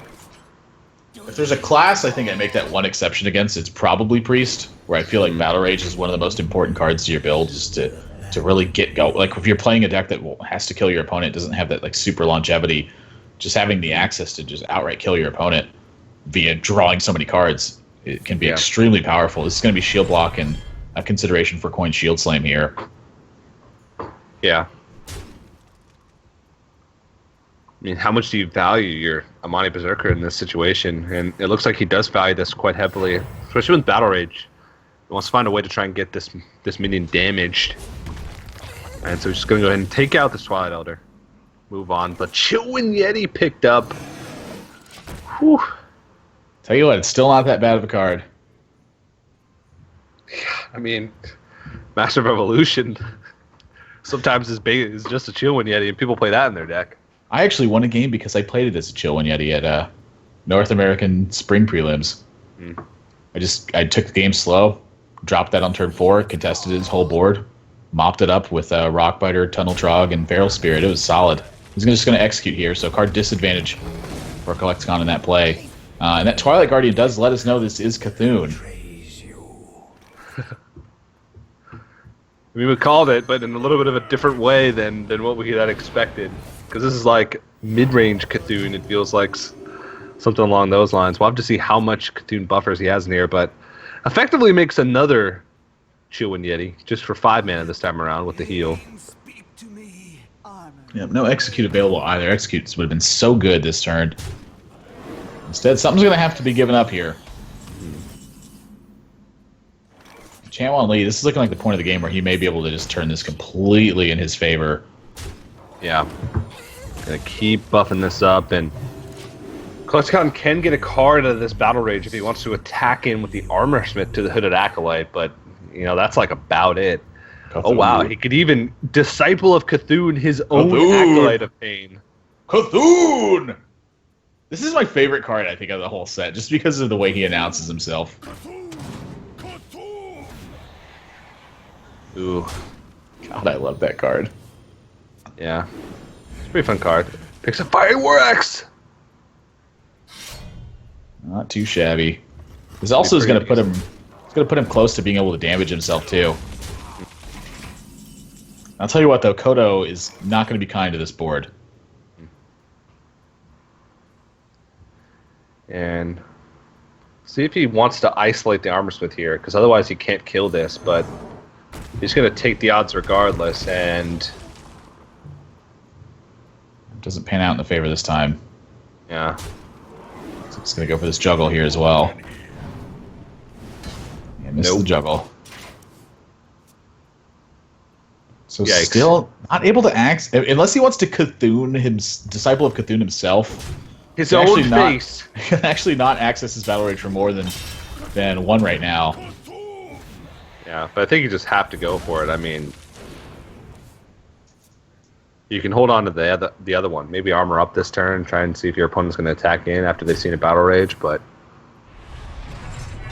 I feel like he's in dire straits here at the moment. He just doesn't have much value going on his deck. And another injured Blade Master picked up for Chanwon Lee. He's just going to continue his rampage onto this board. Draw a card as well. Even has the opportunity to draw another one with Power Word Shield if he so feels. Just gonna mop up his board, protect Yeah. the Northshire Cleric, and this is looking all Chanwon Lee this game. He is. I mean, oh wow, oh jeez, Oh my. my Well, hello, deck. gosh. That's an ancestral recall for 0. Yikes. Cthulhu gets picked up, but it's not big enough to do anything on this board right now. Galacticon needs a miracle here. I mean, he's gonna have to draw a brawl or something. Yeah. He could try and go for a slam here just to hope that he picks up something that he can use next turn. But he's even still a turn away from Cthulhu, and Cthulhu's not even that powerful. It's only a 13/13, which is, still pretty big, but at the moment it's not going to really have much effect on this board as Chanwon is just going to keep drawing cards, keep on keeping his board healthy. Well, now I've been told you never go full Northshire, but in this spot, I don't think it's bad. Like I think if he just kills everything and draws a billion cards, that he's just gonna win. Well, a billion might be a bit many, but Yeah. you get what I'm saying. You're picking up what I'm putting down. A billion cards, he'd probably fatigue for about 1 trillion. I wonder what he would have. Somebody do the math on that and figure that out. If he drew a billion cards with No, thank you. 12 cards left in deck, how much fatigue damage would he actually take? It'd be way more than 1 trillion, I think. Wouldn't it? Yeah. Yes. I just want to know how much it actually is. It'd be a bajillion. That's the number with official a- number. It's a number with a billion zeros. NASA came up with that. Yeah. We got got top men production. on it. We got production doing the math right now. One of the guys in the production actually works at NASA, Yeah. so they're going to go through and figure out how much damage this will have dealt. It may take a bit. I'm certain he's probably got some sort of calculator formula. He already has the formula for this. It's like, oh, we've already figured this out. This is how much damage the shuttle takes when it goes into fatigue. An official NASA calculator that automatically adds gabajillions. Was it bugajillion or gabajillion? You said bugajillion. Okay. All right. Well, the collected colony is looking. It's grim. Yeah. He knows that the end is nigh. Fiery Warax versus the entire town. All right. Well, Cthulhu can clear 4 minions from this board with perfect Cthulhu shots. I don't think he's got an option. I think he's got to do it. Let's go. Wouldn't that be funny if all of the Cthulhu shots went face? In true Collecticon fashion. Yeah. Just the unluckiest of unlucky. Yeah. Well, he's still alive. There's 10 damage on the board. So he's still a little bit off, but that Cthulhu's going to meet a very swift end. And Chanwon Lee is just going through the motions, throwing out these cards, throwing out this damage. And one more draw for Collecticon is about all he has to try and pick up a miracle. Maybe a brawl would save him. No, even Brawl wouldn't save him right now. Chanwon Lee's got the Akanai Soul Priest and Yeah. the Darkshire Alchemist. I have no time for games. Yeah, no given here.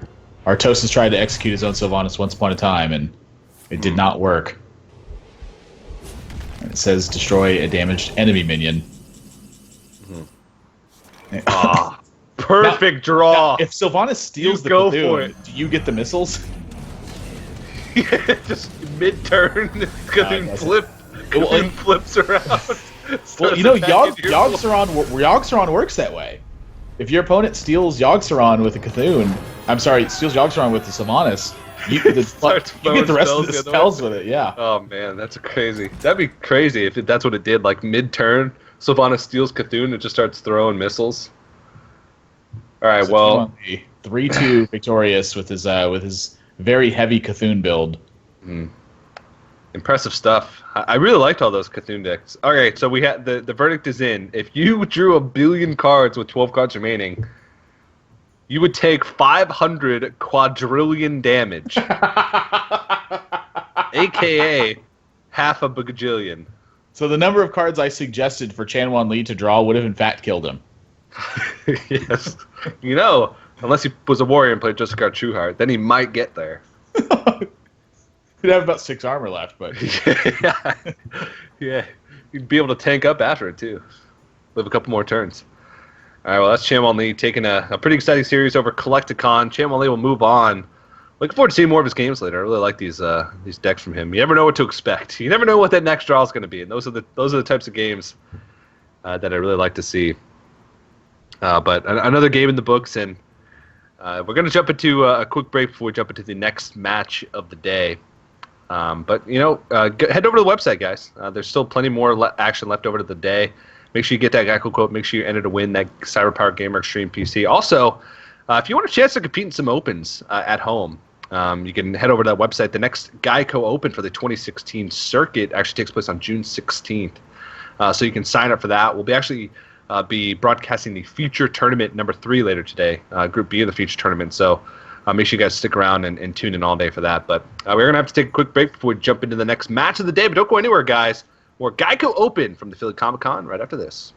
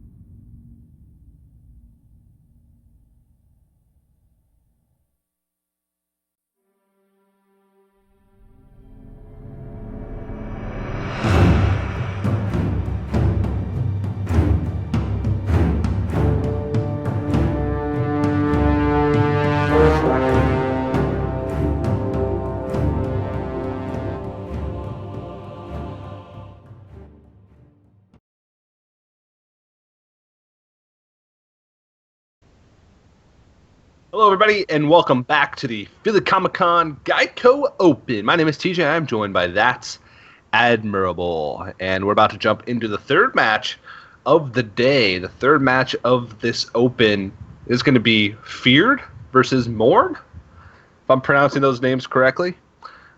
Interesting deck lineups for these players as well. Two priests again. Admirable, what do you think of all these priests? Like I said earlier, Priest has been one of the most popular classes in Hearthstone, albeit not one of the most competitive ones.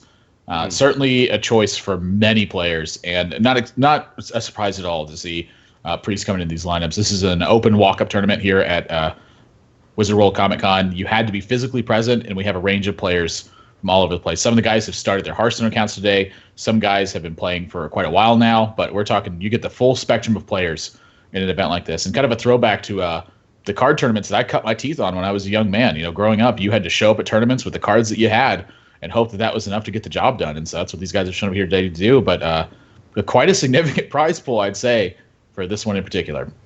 Yeah, it's 1.3K total prize pool. $500 to first place just for walking up to Comic-Con and playing in an open Hearthstone tournament. Not bad of a prize pool. So these guys, Druid as well for more. Druid, Rogue, and Priest. A really interesting lineup together. Of course, we've seen some crazy stuff today. It's hard to predict what we're going to see. We've seen Temple Mage. We've seen Dragon Mage. We've seen Weird Mage. We've seen Cthulhu Priests, Cthulhu Midrange Warrior, something along those lines. I don't even know what to expect moving into these matches, moving into these, seeing like a Rogue deck in particular. You think Morn's bringing a Miracle Rogue? I don't know. You'll have to find out, you know, kind of touching a little bit more on the prize pool thing. I don't want to go back to this, but, you know, you mentioned $500 first place, not too bad. Yeah, we used to be happy about 3 booster packs. It's our first place prize, and you had to pay an entry fee for those. Yeah. Well, back in the day when I was younger, 3 booster packs was, in my mind, basically the equivalent of $500. I mean, I didn't even know. I was thrilled to the teeth. I was like, I could open a $50 card out of one of these booster packs. You give me a bottle of water for winning a tournament, I'm A-okay with that. TJ's a simple man with a simple way. Yeah, I just like the thrill of winning. I just like the thrill of competing. That's what it's all about. But I do get pretty crippling competitive anxiety nowadays. That's why I'm on this side of the camera. That's why I'm casting instead of playing. Oh, I remember when we had to play the college guys, that collegiate event. Yeah, it was me, you, and Dan versus the Weavis the team. World. Yeah, we got them good. I remember that too. You're like, no, let's have fun, and I'm like, let's beat these guys and let's beat them bad. And we kind of came to the compromise that Summoning Stone Rogue. Yeah, it worked out. That was a fun list. Concealing Summoning Stone. Yeah. Let's bring it back. Yeah, they're probably like, God, these guys aren't going to try hard. We try harded. Yeah, we really did. And we beat them too. Take that, college guys. It's Team Old Casters. Team, I was going to call it Team Beards, but I don't think I've ever seen Dan with anything like a beard. All right, well, moving to this match, looks like it is going to be Cthulhu Rogue versus... don't know what to call this. Priest. Yeah, there you go. Beckner of Evil. Light shall burn you. Coming out early. Setting emotes. And a Psychotron. Is this some kind of weird Reno Priest? Potentially? Yeah, it definitely could be. If you're just going to think here, what do I throw out? Elfin Tidehunter. Let's put some power on the board. It's kind of weak to the dagger up, but if he wants to hold on to the coin, not really a better option. Wow. Just drops the WoW on him. Yeah, pretty easy turn here for Morn. Going to be rolling into likely Cthulhu's Chosen next turn. One of the stronger. Dude, I love Big Game Hunter. You know, I still played this the other day. I was rolling with Cthulhu Druid, and I was like, man, I still need to be able to answer Ragnaros. I second Big Game Hunter. And then Amnesiac hops into the stream, and he goes, can't you just run Mulch? I was like, wow, that's really smart. Yeah. I'm going to put in Mulch instead. And then I started actually winning games. Instead of having Big Game Hunter stuck in my hand, you can just Mulch 5/5s. Yeah, but Mulch can give your opponent anything. It could even be a rag. Oh, it gave him Ysera, and I still won. Wow. Yeah, I mean, just just getting the stuff off the board so they buy you that extra time. It was going to go, did go with Refreshment Vendor this turn, wanted to get the value on that card before it was able to restore life to his opponent. So a little bit more patient with its cards. We'll kind of keep that in mind as you see Morn making more plays. I mean, he made this very value-oriented play here on turn 4. And not board-centric value. It was more of like card effect value. So I expect him to be playing in that same vein. And I haven't gotten much of an idea of where Feared wants to go with this. I'm gonna go with Feared. I think you're right on Feared. Yeah. Or Fired. Ooh, Fired. That's... Casters' jobs are so hard. You're fired. He just beats him, looks at him. You're fired. You're fired. Launches the rocket into his face. Arnold Schwarzenegger style after that. Goes ahead and saps the Psychotron here. Yeah, this will almost certainly be SI7 agent to clean up the rest of this afterwards. Yeah. Nope, I am incorrect. It looks like he's going to go with card draw here instead. Guesses twice. Does this fit the curve a little bit better? Adds a little bit more power to the board. Filling out the curve next turn with Cthulhu's Chosen Loot Hoarder could be a viable option. Even like Betrayal, Loot Hoarder, Dagger. I mean, just trying to, like I said, card effect value seems to be really the name of the game here for Morn. And when Psychotron gets sapped and you're staring at this board, it still looks pretty good, honestly. Yeah, it's your opponent's gonna have to trade in, have to have something additional, because even if they dagger up and hit in, they still have to trade both attacks in with the SI7 agent and the Refreshment Vendor in order to take care of it. And the dagger up's occupying mana as well, so it's kind of working overtime here with the Psychotron. And Emperor Thorson drawn from Morn. Once again, going to play patiently here. And we'll see if he wants to get Loot Hoarder or Cthulhu's Chosen down.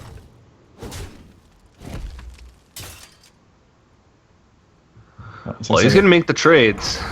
Doesn't feel that great, but he's still going to have board initiative.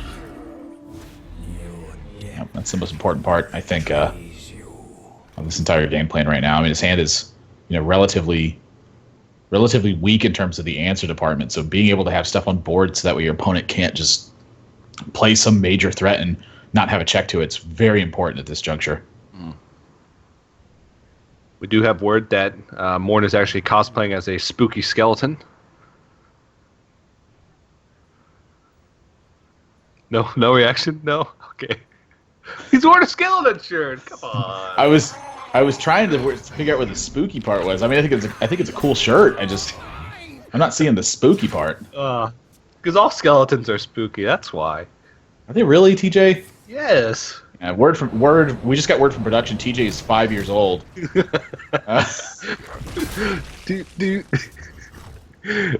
Never mind. No, I get ya. I get ya. 7 damage pouring in here from Morn and a major board presence here.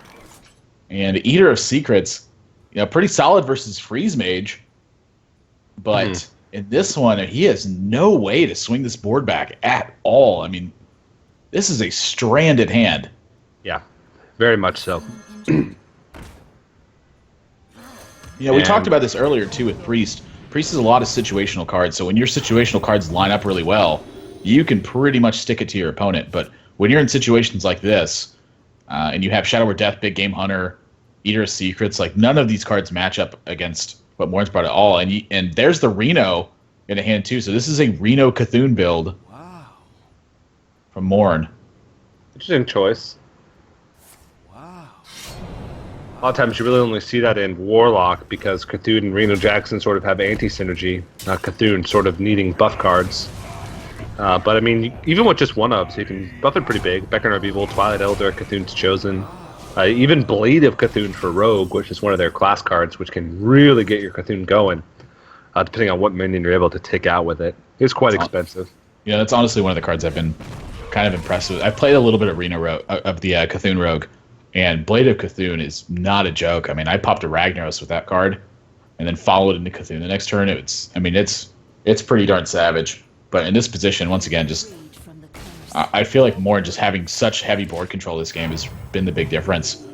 Emperor Thorson even just drawing attention. The fact that he gets to dictate the trades as he wants to, and there's that Blade of Cthulhu. So it's going to lead with backstep here. Looks like that 3-1 which has gotten immense value this game, is going to trade in. And Zeril, not a bad added support. Honestly, Reno's not even that bad here just to keep the pressure going, but picks up a toxin, the King's Blood toxin. There are 5 different toxins available. And Journey Below, another Zeril. Gosh, I love Zeril's one of my favorite cards in the set. Yeah. He is just so good. Yeah. He was one of the cards that I was looking forward to playing the most. Just because of the possibilities. I mean, there's always a different situation. Those are the cards that I like the most. Golden Monkey, Zero Poison Mine. You just have to react on the fly. Yep. And Fired or Feared, I don't know. Both of them are cool. He's going to try and see if there's any possibility. Eater of Secrets, though, not really too valuable at the moment. None of these cards are really too valuable at the moment. He's going to try and find a way to survive, but he's going to realize very quickly that he's dead on board. Yep, and that's just the way it goes to Priest sometimes. It does have it's a clever spot here, but again, it's not going to be able to pull the pressure out. Kind of showing that Feared is paying attention to the game, just not quite the situation to get it done. And take a look at like Temple Guardian and Abuse Sergeant stuff in here. It looks like a little bit limited on card options as well. And again, I feel that. The very first red deck I ever played, I just put in a bunch of 1/1s and some burn spells and hoped that it worked way back in the day. Yeah. Warren taking a pretty decisive game 1 here.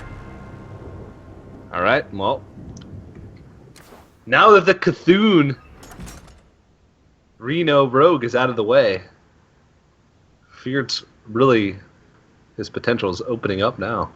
Because everybody knows that Cthulhu Reno Rogue is the direct counter to Priest in all of its forms.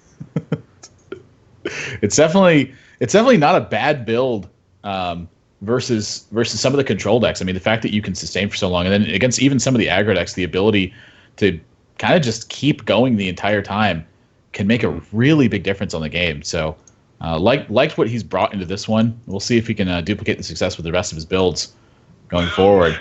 And that is me not turning off my. Well met. I like that one, but at least it's relevant. Well met. It's an age-old one I got going there. But yeah, when I see Cthulhu Reno Rogue in game 1, I expect this to be like possibly a full Cthulhu build from him. Well, we actually had production on site ask Feared how to pronounce his name, and he said he doesn't know. I respect that. Well, so we have complete creative control over the pronunciation of his name. That's dangerous. We're doing it here for you, Feared. It's Feared. It's Feared. Yeah. You call him Feared, I'll call him Fired. Getting fired up. Just don't call him late for dinner. Savage. You're so smart. You know that, TJ? I know. I wish I was as smart as you. Sometimes I'm too smart for my own good. That's what my mom used to tell me. And then she would roll her eyes when she walked away. Mom used to tell me the exact opposite. Oh. I gave an all for you. I wasn't even going to say anything. I was just going to let you go with it from there. Well, you can see Feared goes ahead and throws up his hands a little bit with the mind control in his opening hand. Greetings. But this looks like a Cthulhu Priest. Greetings. I think we got a theme today. Yeah, I mean, like I said, the way that he was so dedicated to the Cthulhu in game 1, I'm not at all surprised to see the Cthulhu continue over into these games as well. Maybe we'll see Cthulhu in all of his decks. Cthulhu and Reno. Cthulhu Reno Hunter, Cthulhu Reno Priest, Cthulhu Reno Rogue. Yeah, I honestly wouldn't be too surprised to see that. I'd actually be pretty surprised. Would you really? I guess not. All right, was that Squirming Tentacle? Is that what the thing's called? Yeah, 2/4 taunt for 3 minutes. Actually, not that bad here. Yeah, lines up pretty nicely against this Loot Hoarder. Maybe he feels like he needs to get this injured Blade Master online to try and get start healed up, but realizes that looks like the Squirming Tentacle is going to be the way to go. And Shadowward Pain picked up. And going to draw first with the Loot Hoarder. But I could see him going with the Shadowward Pain. That's going to be what it is. Picks up Cthulhu as well pretty early on. So, gonna have that peace of mind that Cthulhu's gonna be waiting there, supporting him with a tentacle on his shoulder. 2-3 Loot Hoarder contesting. Nothing at the moment, but not being contested either. Cthulhu's chosen. Pretty solid draw, considering that Feared had turn 5 Psychotron here. And this is actually like kind of a shutdown to the Psychotron. I mean, at this point, your opponent's getting a card draw off of it. They get to keep their 4-2 around because of the Divine Shield. You know, Psychotron was looking like a beautiful turn for him, and now suddenly just kind of looking like it's not really going to do anything. And there's that bluff. He's going to hover over this card to try to convince his opponent that this is an option instead of mind control. Or he's just really willing his anger onto this mind control by hovering over it. Showing his disapproval to the card. I'm going with my side. Okay, fair enough. And it looks like he's just going to go ahead and trade in preemptively and go with the injured Blade Master trying to heal this up. This is more power. Only heal gave your minions +2 if they weren't damaged. Just like +2 health regardless. Yeah, don't mind this play here either from Feared. I mean, it kind of results in the same thing. I think he's looking for a better spot to use Psychotron to like occupy more resources, and I think it's exactly what he's going to end up getting from here too. Because the injured Blade Master, it does represent some good value, and this kind of like forces the trade where Psychotron, you know, your opponent may not decide to do it this way. Holy Nova to clean up the rest of his board, and now suddenly the Psychotron looks good. You know, now it's not contested by anything. Mm-hmm. Do you think Feared's gonna feel like he needs to play on curve a little bit here? Maybe throw out the Balefin Tidehunter and the Eater of Secrets? There's definitely some. I think it's definitely not bad, and the reason I don't have a problem with this is just simply because there's no secrets in this build. Like this obviously is teched in here, given that he feels like he wants to be able to answer secrets and answer them very effectively. Mm-hmm. So just played as a 2/4 body here. Obviously not the greatest, but you know, anything to get the job done. And Morin, just playing for value, taking it slow. You know, we've seen him do that all this series so far. I don't see any reason for him to deviate. Yeah, very true. Morin's hand's starting to get a little clunky, though. Double Shadow Word Death now picked up with Cthulhu, which isn't that strong right now. It's only a 10-10, I believe. Maybe 11-11. Yeah, Psychotron here. Certainly the play for the Psychotron. Yeah, just protects so well. I mean, now your 2/4 like can potentially get some value later on, and Psychotron not contested on board at all. You've seen Holy Nova, you've seen a Shadow Word Pain. Yeah, I'm going to go ahead and attack, try to force the heal here onto the 3/2, which will occupy some of Morin's mana this turn. Mm-hmm. But no skin off his back. He's got a perfect 5 mana to go with it afterwards.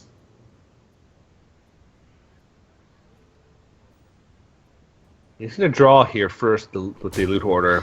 Knows that this attack's happening regardless. See if you can pick up a way to deal with it. Northshire Cleric, not so much, but it will allow him to draw a card immediately to maybe dig and, again, try and find a better answer to the Psychotron. Shadow Word Pain. And even picks up another 2-drop to go with this. And like the attack here from Morin as well. So this 3/4 trading in here, it puts Feared in a weird position where how do you trade now? If you end up healing first, you're giving your opponent a card, but now your trades are set up directly to where you can't actually keep anything alive unless you want to give up that card or trade in the Northshire Cleric first and then heal. Yeah. It's tough. Morin's been on top of his plays. Let me tell you what. I mean, you know, he's been facing down relatively low presence every single time, but making the most of every opportunity that's kind of granted to him so far. And he does have a pretty powerful play here. He can give up a card, but make some good trades with Cavalde Raider plus the heal. And that's what he's going to do. Says a card is definitely worth keeping his Psychotron around. I would tend to agree with this as well. I mean, I think he maybe didn't even spot the fact that the heal was there. You know, you saw him drop the not quite what was planned afterwards. There's a Shadow Word Death to answer that. And Cthulhu. Disciple of Cthulhu. Cthulhu! 16-16 now the Cthulhu is. And we're trying to get close to this turn 9. There might be a possibility also where Mord can get Brand Bronzebeard online. Before he plays Cthulhu. I think it's going to stick. No, it is going to stick too here. Feared is going to have to either mind control the Bran or pick up an answer to it. And both of those feel like they're like one of them's unlikely, and the other one is like, wow, am I really about to mind control a Bran? Yeah, And you with hooded Hooded acolyte, you Bran Bronzebeard, and you go. Morn may hold on to it. No. Wow. No. Hold the Bran. Oh my goodness. No way. I dropped the Bran 100%. Not even close. Fear going to go with Black Knight I mean, included. that's or lethal Fear. if you drop the Bran last 17, turn. 18, 19, 20, 21, 22, 23, 24. It is still lethal sometimes. But he would have to get beneficial rolls on the Cthulhu outcome. Wow. And I think given what we saw last turn, he's just going to continue to play it patient. Like probably dropping Bran this turn isn't even going to drop. There we go. I was like, wow, I'm super surprised by that. So Bran and Cthulhu. I'm trying to fit in all the Cthuns there for the double effect. That was only 5. Missed one. Dang it. Caster math. Yeah. Heal up here, drop, and then just drop him a little bit lower. And 22. That's 44 missiles he's going to have next turn if this Bran Bronzebeard is not dealt with. And he can mind controls Hooded acolyte. That's going to be game. Oh wow, Morn. The dream. The dream Here we is go. real. Well played. Well played. Okay, he puts it back in his hand, makes sure he fits in the emote, and then goes for it.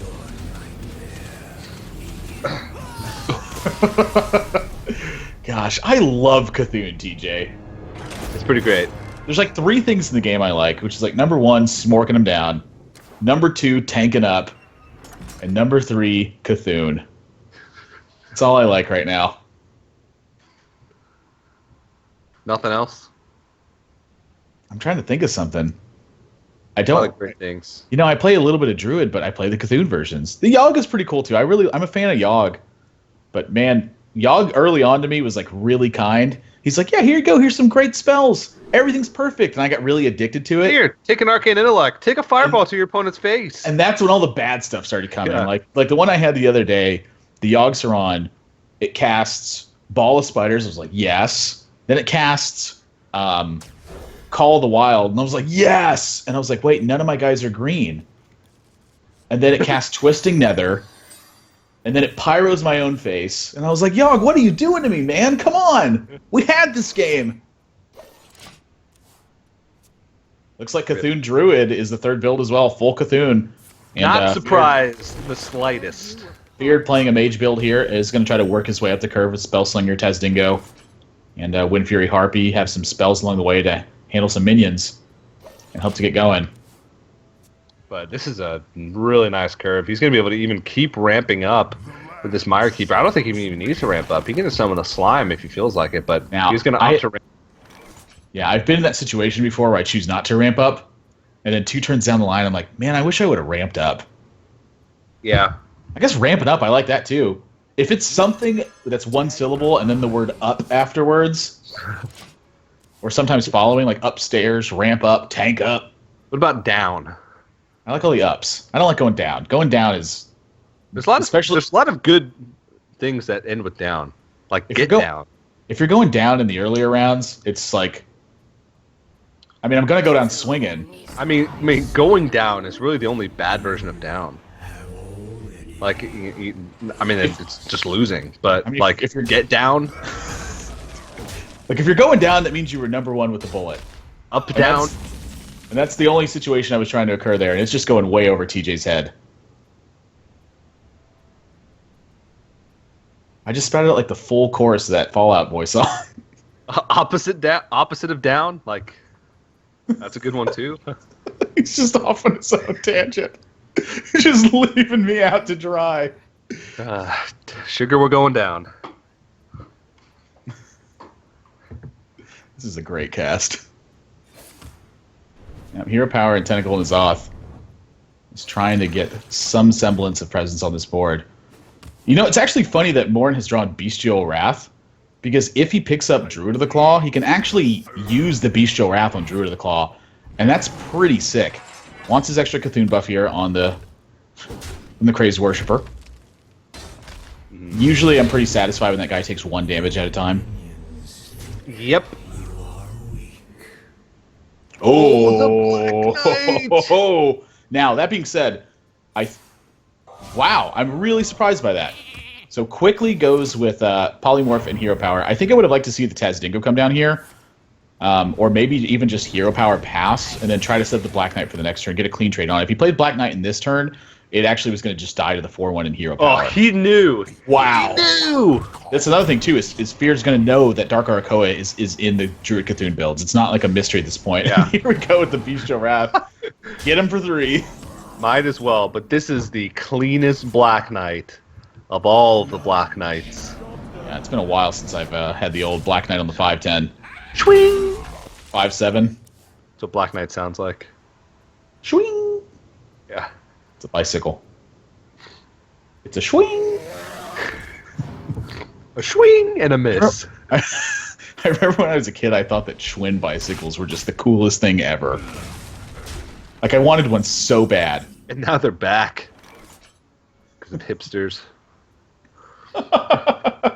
That's why they're back. Never mind, like, the company having, like, a presence in the, like, in America to maintain, you know, income and not lose all the wealth that they've built. Hipsters. That's the new When I market. want to come back, do-rags. Do-rags haven't left, man. When I go play some ball, I sweat profusely when I'm playing basketball. Yes, when I I play have to have, like, racquetball a as headband. well, my friends are always wearing the do-rags. You got to have something to keep the sweat out of your eyes. The vision is everything. Another crazed worshiper here. Morn today is definitely bleeding for Cthulhu. He's even got the Bran pricked up again. So next turn, power turn. Bran, Disciple of Cthulhu, Beckoner of Evil. Yep. We're for some Answer good this. stuff. We'll see if it's going to be Tazdingo or going wide on the board with the Bilefen Tide Raptors. Wants to just get the 3-5 out and help contest the board a little bit better. And this is a nice cleanup here from Warren. Yeah. Claxy Amberweaver. That is a 4-15. Yikes. That is serious. Quite scary. And he's already seen a polymorph as well, so he knows that when he does drop that, it's going to be pretty good. I think he's going to innervate it out. Yeah, the innervate's not getting any better as this game goes on, so he might as well get this out now. Beckoner of Evil is still going to be there, but you're not always going to be able to have that opportunity to get a 4-15. Now, Fear does have Vaporize, so if he can isolate the Claxy Amberweaver, he can actually get the Vaporize off. But the issue first is going to be isolating that minion. And so it's going to be Flame Strike. It's just going to ping. And I think this ping on the Claxy Amberweaver might really sell it to Morn that I do not have Vaporize in my hand. Mm-hmm. Or really just any minion he plays, just like trying to absorb some damage. Pretty much anything he does. And even this, I mean, I can't imagine Morn thinking it's going to be Vaporize. Yeah. Just go ahead and play the Bilefen Tide Hunter instead. Maybe try and block some damage is what he's worried about. Yeah, but this is really gonna keep that Vaporize from getting active. Just 2/2/3s on board. Mm-hmm. Now I've seen people mess up before though, and if Morn missteps on this Vaporize, it is gonna be pretty darn good for Feared. And now has the isolation tool. This is really good news for him. And Morn so actually holds off on the second Beckoner of Evil, maybe trying to play around second Flame Strike or something. Yep. He had plenty of mana.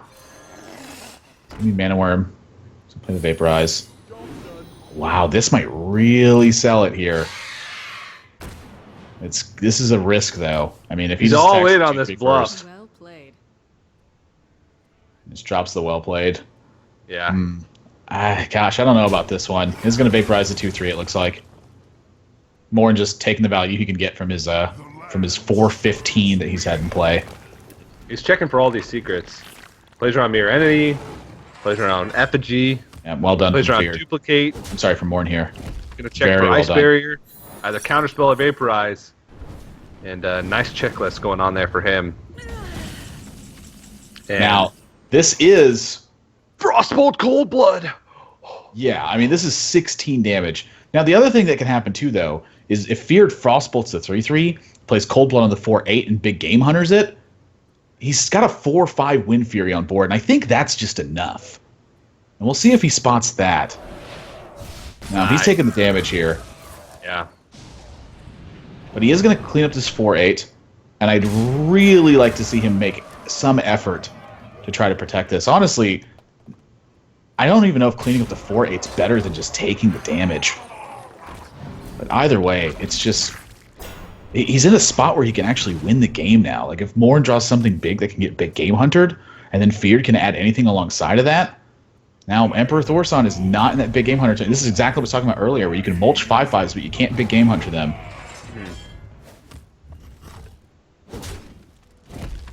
I think this one might be heavily in Morn's favor at this point. He's sticking a 5/5. The 2/1 is not really presenting any problem here. And even Mirror, maybe that's another reason for holding Beckerner as well, is to trigger Mirror Entity. Also, he doesn't want to just get traded into really easily with the Balf and Tidehunter and the Ping. And Fears are going to say, you know what? If you have Cthulhu, I'm dead anyway. And I get a Cthulhu. Oh, yeah. There's no way he's beating Cthulhu at this point. I mean, that's a lost cause. Yeah. Even Swipe picked up. I'd like to see him check for that counterspell first. He's just going to hold, and here's the Beckoner of Evil. And now you just saw Vaporize. I wonder if there's a consideration for not attacking here if you didn't see this Mirror Entity, but he's going to see it instead, and be an easy trade for him. And 7 power on board versus nothing for Feared. He's got to draw big here. Arcane Intellect, I'm thinking, might be one of the better draws in this build. Cabal, I'm thinking anything that draws a card right now is good. Yeah.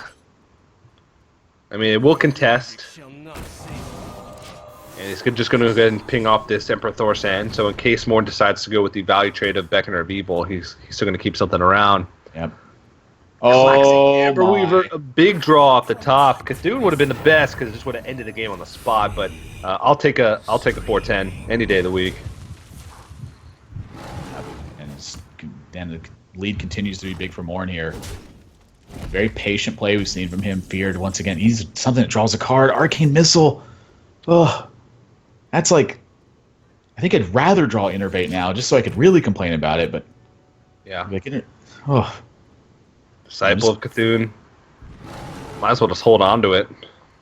It's a 2-turn lethal either way.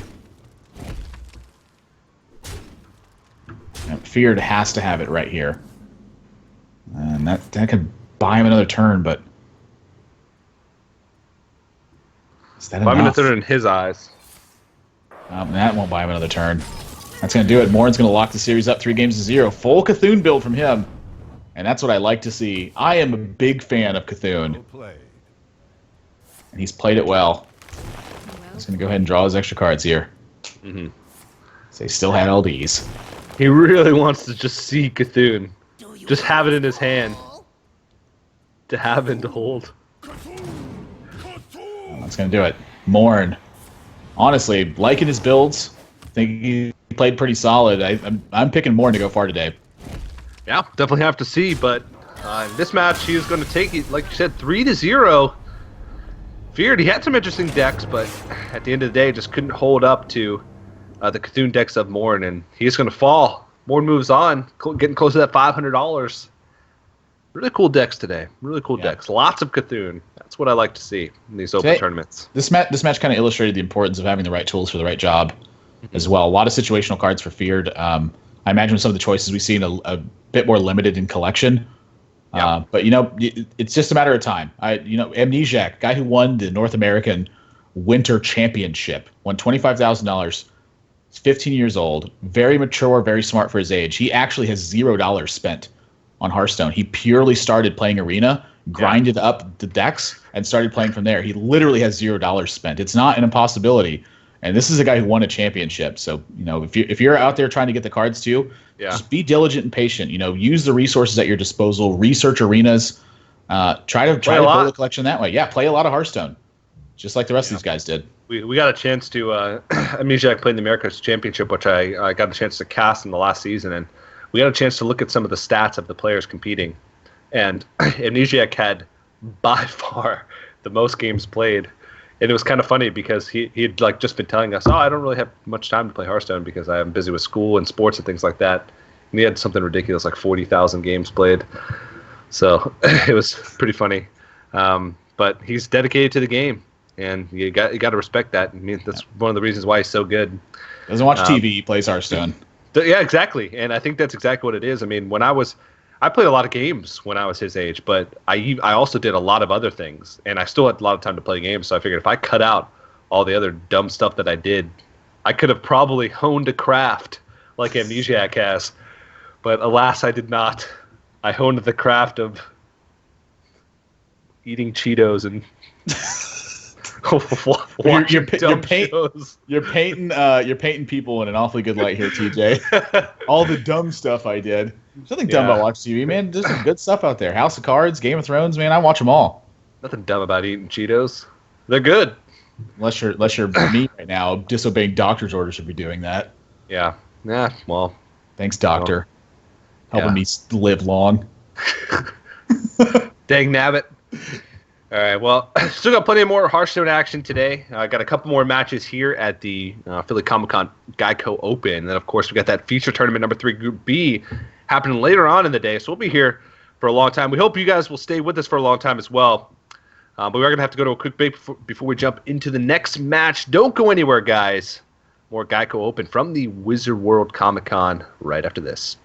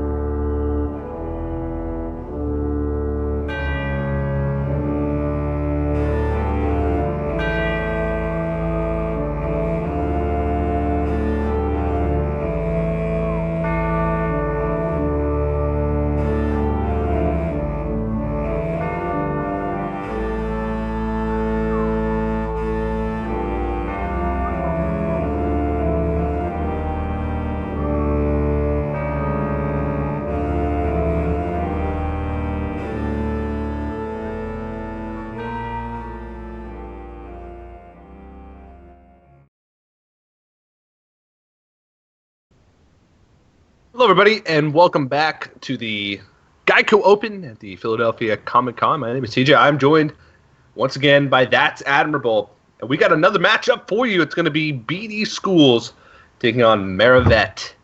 And an interesting lineup here. Cool thing about this match is 6 unique classes. What have been your thoughts on the game so far? That's Admirable. We've seen a lot of Cthulhu today. We all know how much you love Cthulhu. A lot of interesting stuff coming in. Some of these guys, I imagine, a bit more limited in their collection space, but still some great stuff we've been seeing. I mean, very happy with some of the levels of play, and then the fact that people are trying to make the most of what they can. A lot of priests coming in, not unexpected. One of the most popular classes, I think, in Hearthstone. But looking forward to seeing where we go on. I think that from last round, Morn is going to go pretty far in this one. I expect him to be putting up some good stuff. Yep.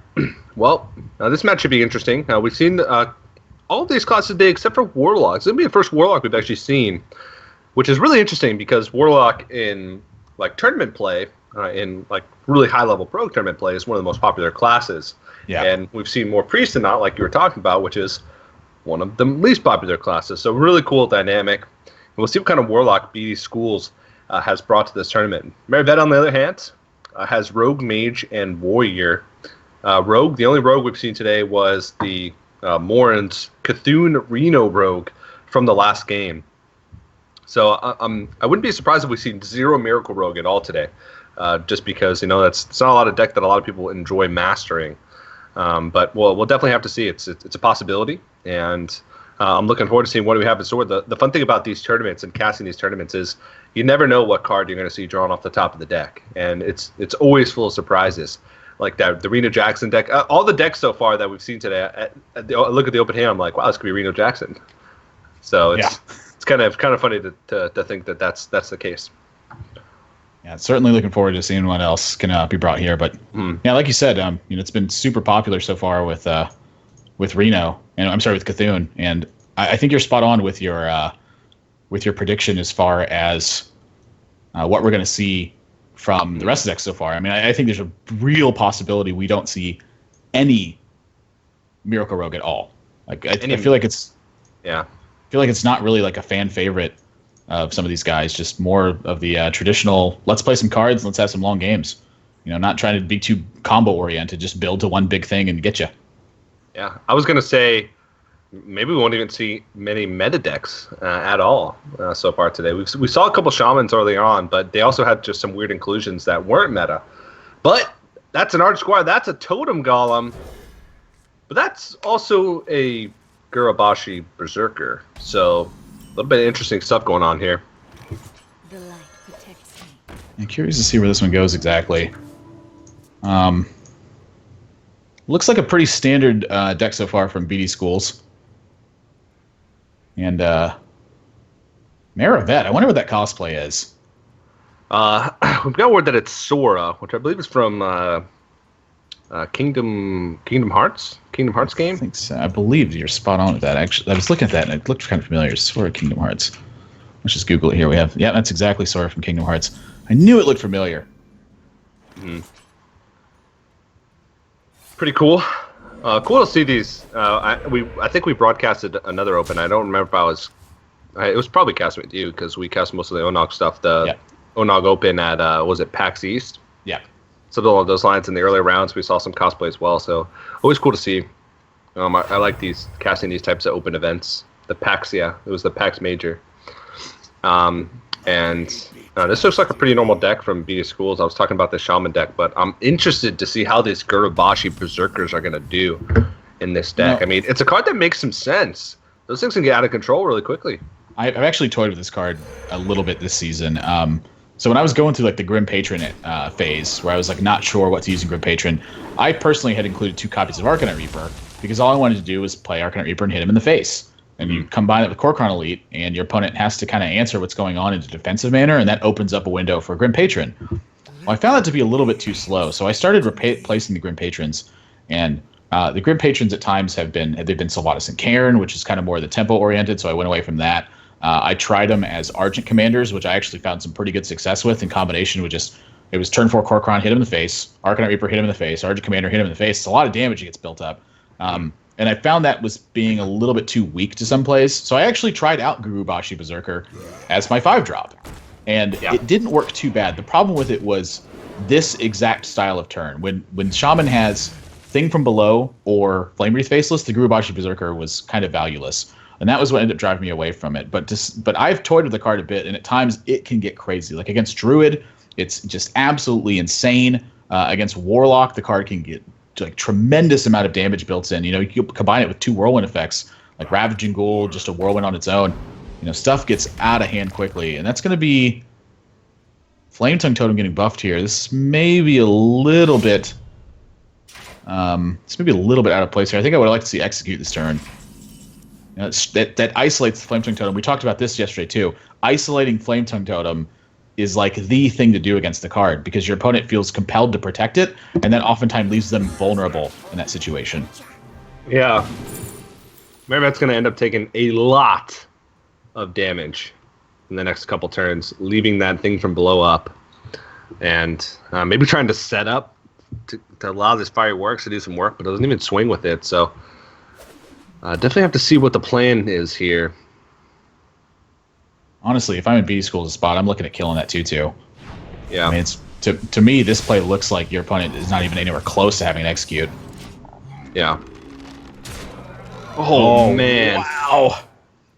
I'll And tell you a what. totem golem. I feel like every time I misstep versus Shaman, the game just goes, oh yeah, by the way, they get Totem Golem off their Totemic, or the Tuskar Totemic, and I go, the game is punishing me for what I just did. Here's a 3-mana with 6/6 worth of stats, or 6/6 worth of stats. So there you go, deal with it. Yeah, and that's just game. Yeah, that's way too much damage. BD School's quick game number 1. You can see why Shaman is very much considered the most powerful deck in the format at the moment. Just carving out insane and crazy damage. You know, if we'd seen the execute, this game would have been delayed a little bit, but I think the inevitability was still there for BD Schools, just how much gas he had. Yeah, Shaman's a good deck. It's hard to beat, especially when you're getting those totem golems off the Totemi Might, and a little bit of a clunky hand for Merrivet, getting caught with both of those Gurabashi Berserkers in the first 5 or 6 cards. So see if you can come back and make something happen. BD Schools, Hunter, and Warlock remaining. So judging by that Shaman deck, we might actually see some meta decks here. We might actually see some Zoo Warlock. Gasp. He said it. Yeah, I mean, I'm guessing. You look pretty focused, too. I'm guessing Zoo and Hunter are just going to be right up the alley for him. You know, came to game today. And, you know, I like that. I love when Game to game. I love when players come to events to win. You know, that's what I go to tournaments for, is to win them. I have fun at them as well, but I come to win. He's got Ram Wrangler in here as his 5-drop of choice. A lot of people have been going towards Stranglethorn Tiger and Kodo.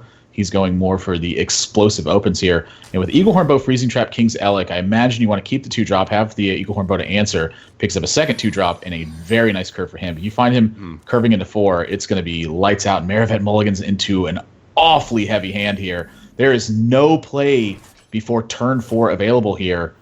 And BD Schools with Carrion Grub, his curve is going to be so good. Yeah. I mean, oh my gosh. If Merrivet doesn't pick up some spells here, this game's going to end quick. I took some inspiration from your came to game, and I came up with another one. Used his feet to compete, because he walked in Comic-Con and used his feet. See, when you say it to me, I think Usain Bolt. He does. He literally uses his feet to compete. It wasn't meant to be literal, though. Have you seen that Usain Bolt documentary where they follow him through his training for events? No. It is something else. That guy is one of the hardest working athletes on the planet. It's not a surprise that that he is where he is. So Mirror Entity actually will not trigger Animal Companion. Will not be triggered by Animal Companion here. So this is like perfect curve for BD Schools. I mean, I can't imagine this just being any better. It's going to check for Vaporize or Ice Berry or whatever it be. Leok gets rolled. So missed a point damage here, but it's going for the check instead. You know, like if say it was Vaporize or Ice Barrier, maybe it changes his play to Carrion Grub instead. Well, Water Elemental is, I think it might just be a little bit too slow here. I mean, facing down 10 damage at 20, you're looking at a 2-turn lethal. And Water Elemental is going to hope to put a stop in front of this, but BD Schools' hand with just the Eaglehorn Bow, I mean, doesn't really have to play anything here. And I think he can assume it's probably Mirror Entity at this point. But even if it is, he could just trade the 4-1 into the Houndmaster that's made from that. He's going to go with Freezing Trap Hero Power instead. This is totally acceptable as well. I like that. Look at all this damage. He's setting up for a next turn lethal. He's pushing 10 damage this turn. He could just Eaglehorn Bow and Hero Power. He doesn't even have to play into that Mirror Entity at all. This is one of the reasons why, you know, we saw Phone Tap yesterday in the feature tournament fall with Hunter. And he never really got a good opener. But these openers right here are the reason you play Hunter. Is when you open this strong, it is incredibly difficult to beat. It's really powerful. and Freezing Trap's going to be activated. Maybe that's going to be really sad at seeing that, and it's just going to be lights out. BD School is going to take this win. Maybe going to think it's going to be Ice Block. Hasn't been able to test for this secret yet, and he's going to make it so that he's going to bring as low as possible, but not Ice Block. He's going to take the win. A quick 2-0 for BD Schools with just Warlock remaining. Yeah, I mean that's the Hunter hand that's like unbeatable, and again I don't expect to see anything different from BD Schools. You know, seeing him bring this build, you know, I picked more in last round to go far, but BD Schools is going to be right up there too. I mean, these are just strong builds. If this is not Zoo Warlock, I'm going to be really surprised. Yeah, I mean, it could end up being like Arena Warlock, but just by the rest of his decks, I imagine it's going to be Zoo, and that is exactly what it's going to be. Darkshire Councilman, Imp Gang Boss. I'm a big fan of BD Schools. He's not here to waste time and mess around. He says, you know what? Here's my questions. Do you have the answers? If you don't, let's go on. Yeah. And Maravet, a little bit better of an open here. Actually has stuff to do in the first couple turns. You know, that is sort of the classic lament of every single build, is that when you draw your top end stuff and you don't have anything to play, you just kind of get run out of the game. Mm-hmm. And I'd like to see turn 1 Huge Toad here contest directly, has backstab to maybe clean up some stuff later on, roll into Dagger on turn 2, potential for Poison or Harvest Golem on turn 3. Really nice curve. But, you know, all these options, sometimes it's tough to tell which one's going to end up being best. And so, you know, having too many options, you know, it can lead you down the wrong path sometimes. Yeah. And decides to hold on. Probably a good choice. Could have coined out the Huge Toad, but maybe want to try and combo that a little later on. An interesting choice, though. Could get just traded into Direwolf Alpha would make it a beneficial trade. Maybe wants to save that coin to try and combo later. And wow, BD School's just gonna tap on turn 2 instead of throwing out that Knife Juggler. Kind of a significant deviation here. I think that all the thought from Maravet is what's influencing this. I mean, to me, his read is SI7 agent is in the hand. Mm-hmm. Yeah, definitely could be a possibility. You throw that Night Juggler in, coin SI7 agent ends up being a really strong choice. And BD School sees the backstab. He's like, okay. He's like, well, that makes my trade easy. And now he just has the opportunity to throw out an Imp Gang Boss, and that's an incredibly strong turn 3 play. It's super hard for a rogue to deal with cleanly. Maravet just definitely does not have the hand for it.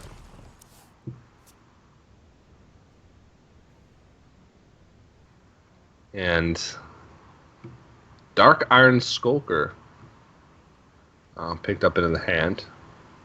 Yeah, it does have... Viscerate needs to be comboed here, so Huge Toad coin Eviscerate's looking pretty solid. Honestly, even Harvest Golem, I don't think it's that bad into this. That's not good. Yeah, that is a misstep, and you can see BD Schools. He's understanding the inexperience.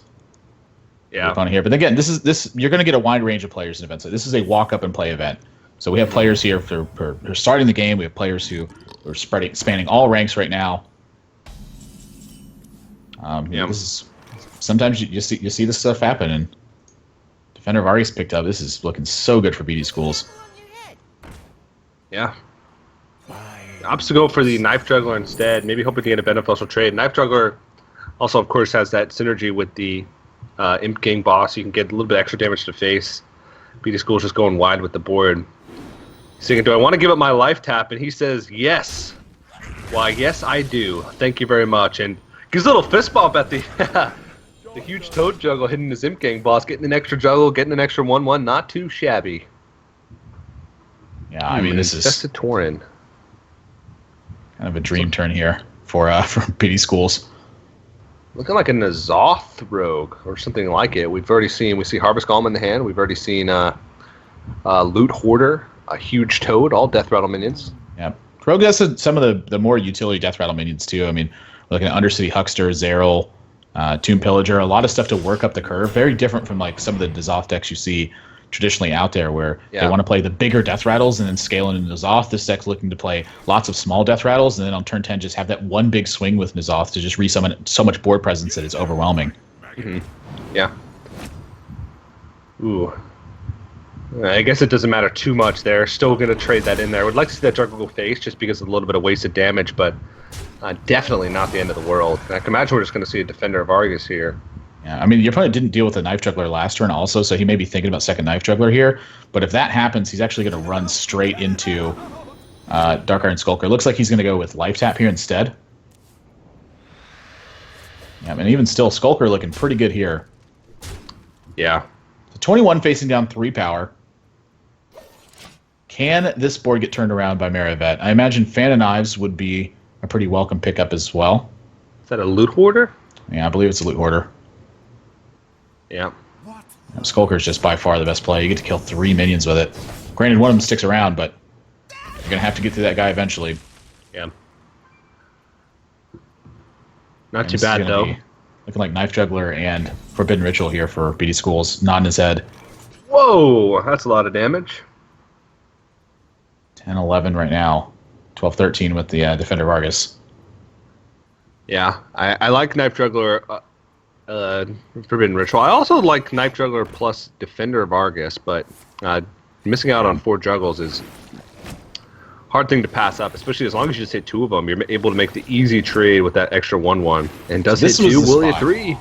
This was the spot. Maravet needs to draw Fan of Knives right here. Maybe a second Dark Iron Skulker would be good as well, but needs to draw Summon and clear the board here. Ugh. This is going to get out of hand. And at 17 with this wide of a board, I don't know if this is going to be answerable. Yeah, we're looking at lethal next turn with double power overwhelming, so doesn't clear off at least something. We'll get the backstab, but I think with Defender of Argus, it's still going to be lethal damage. There's 7 on board. Defender of Argus would be 8-9, and double power overwhelming would be exactly 17. So if nothing's cleared off, and I don't think there's a possibility to clear anything off unless Azure Drake can pick up, I don't even know what you could get for 1 mana. Both backstabs have been used. And it looks like that is going to be BD Schools taking the win as long as he sees this. And he nods his head a little bit. I think that means he does. Yep. You can see him counting. 10, 12, 13, 14, 15, 16, 17 exactly. And, no reason not to count it up twice and 3 times and 4 times a year. I remember my favorite one, I think, of these ever, of counting the lethal, was Stage 2 of BlizzCon in 2014. Firebat's on stage, and he sets up a 2-turn lethal, and it gets to his turn. And when it comes back, good win here from BD Schools too, by the way, 3-0. So it gets back to Firebat's turn, and when Firebat comes up, and the camera's on him, he goes,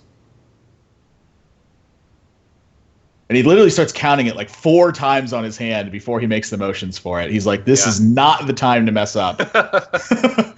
Yeah.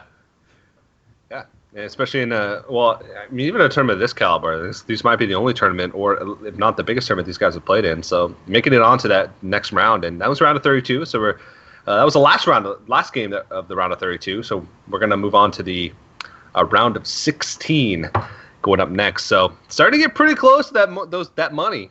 Top 4 gets you money. 500 for first, 400 for second, or 300 for second. Let me get the price right down. 500 first, 400 second, 200 to third, and fourth. So gonna be pretty cool. And Lapibus, who we saw earlier, aka Beetlejuice, update on him. He's made it to the round of 8, so he's getting closer. He was pretty exciting to watch, not only because of his cosplay, but also because of his gameplay. He used his feet to compete today. That's the statement of the day for TJ. Always latches on to one that's really poor, and today's is used his feet to compete. I can't blame you for it. Yeah, it's a pretty good one. But before we jump into the round of 16, we're going to have to go to a quick break. While we're on the break, make sure you guys head over to geico.onog.gg. Get your Geico quote, save some money on your insurance. Also, enter in to win your CyberPower Gamer Extreme PC. Still doing that giveaway.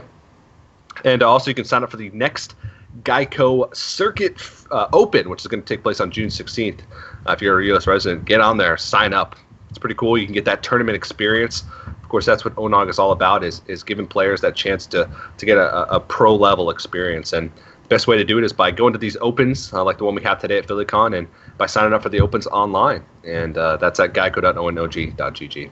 But, of course, quick break before we jump into the round of 16 matches. Don't go anywhere, guys. More Geico Open from the Philly Comic-Con right after this.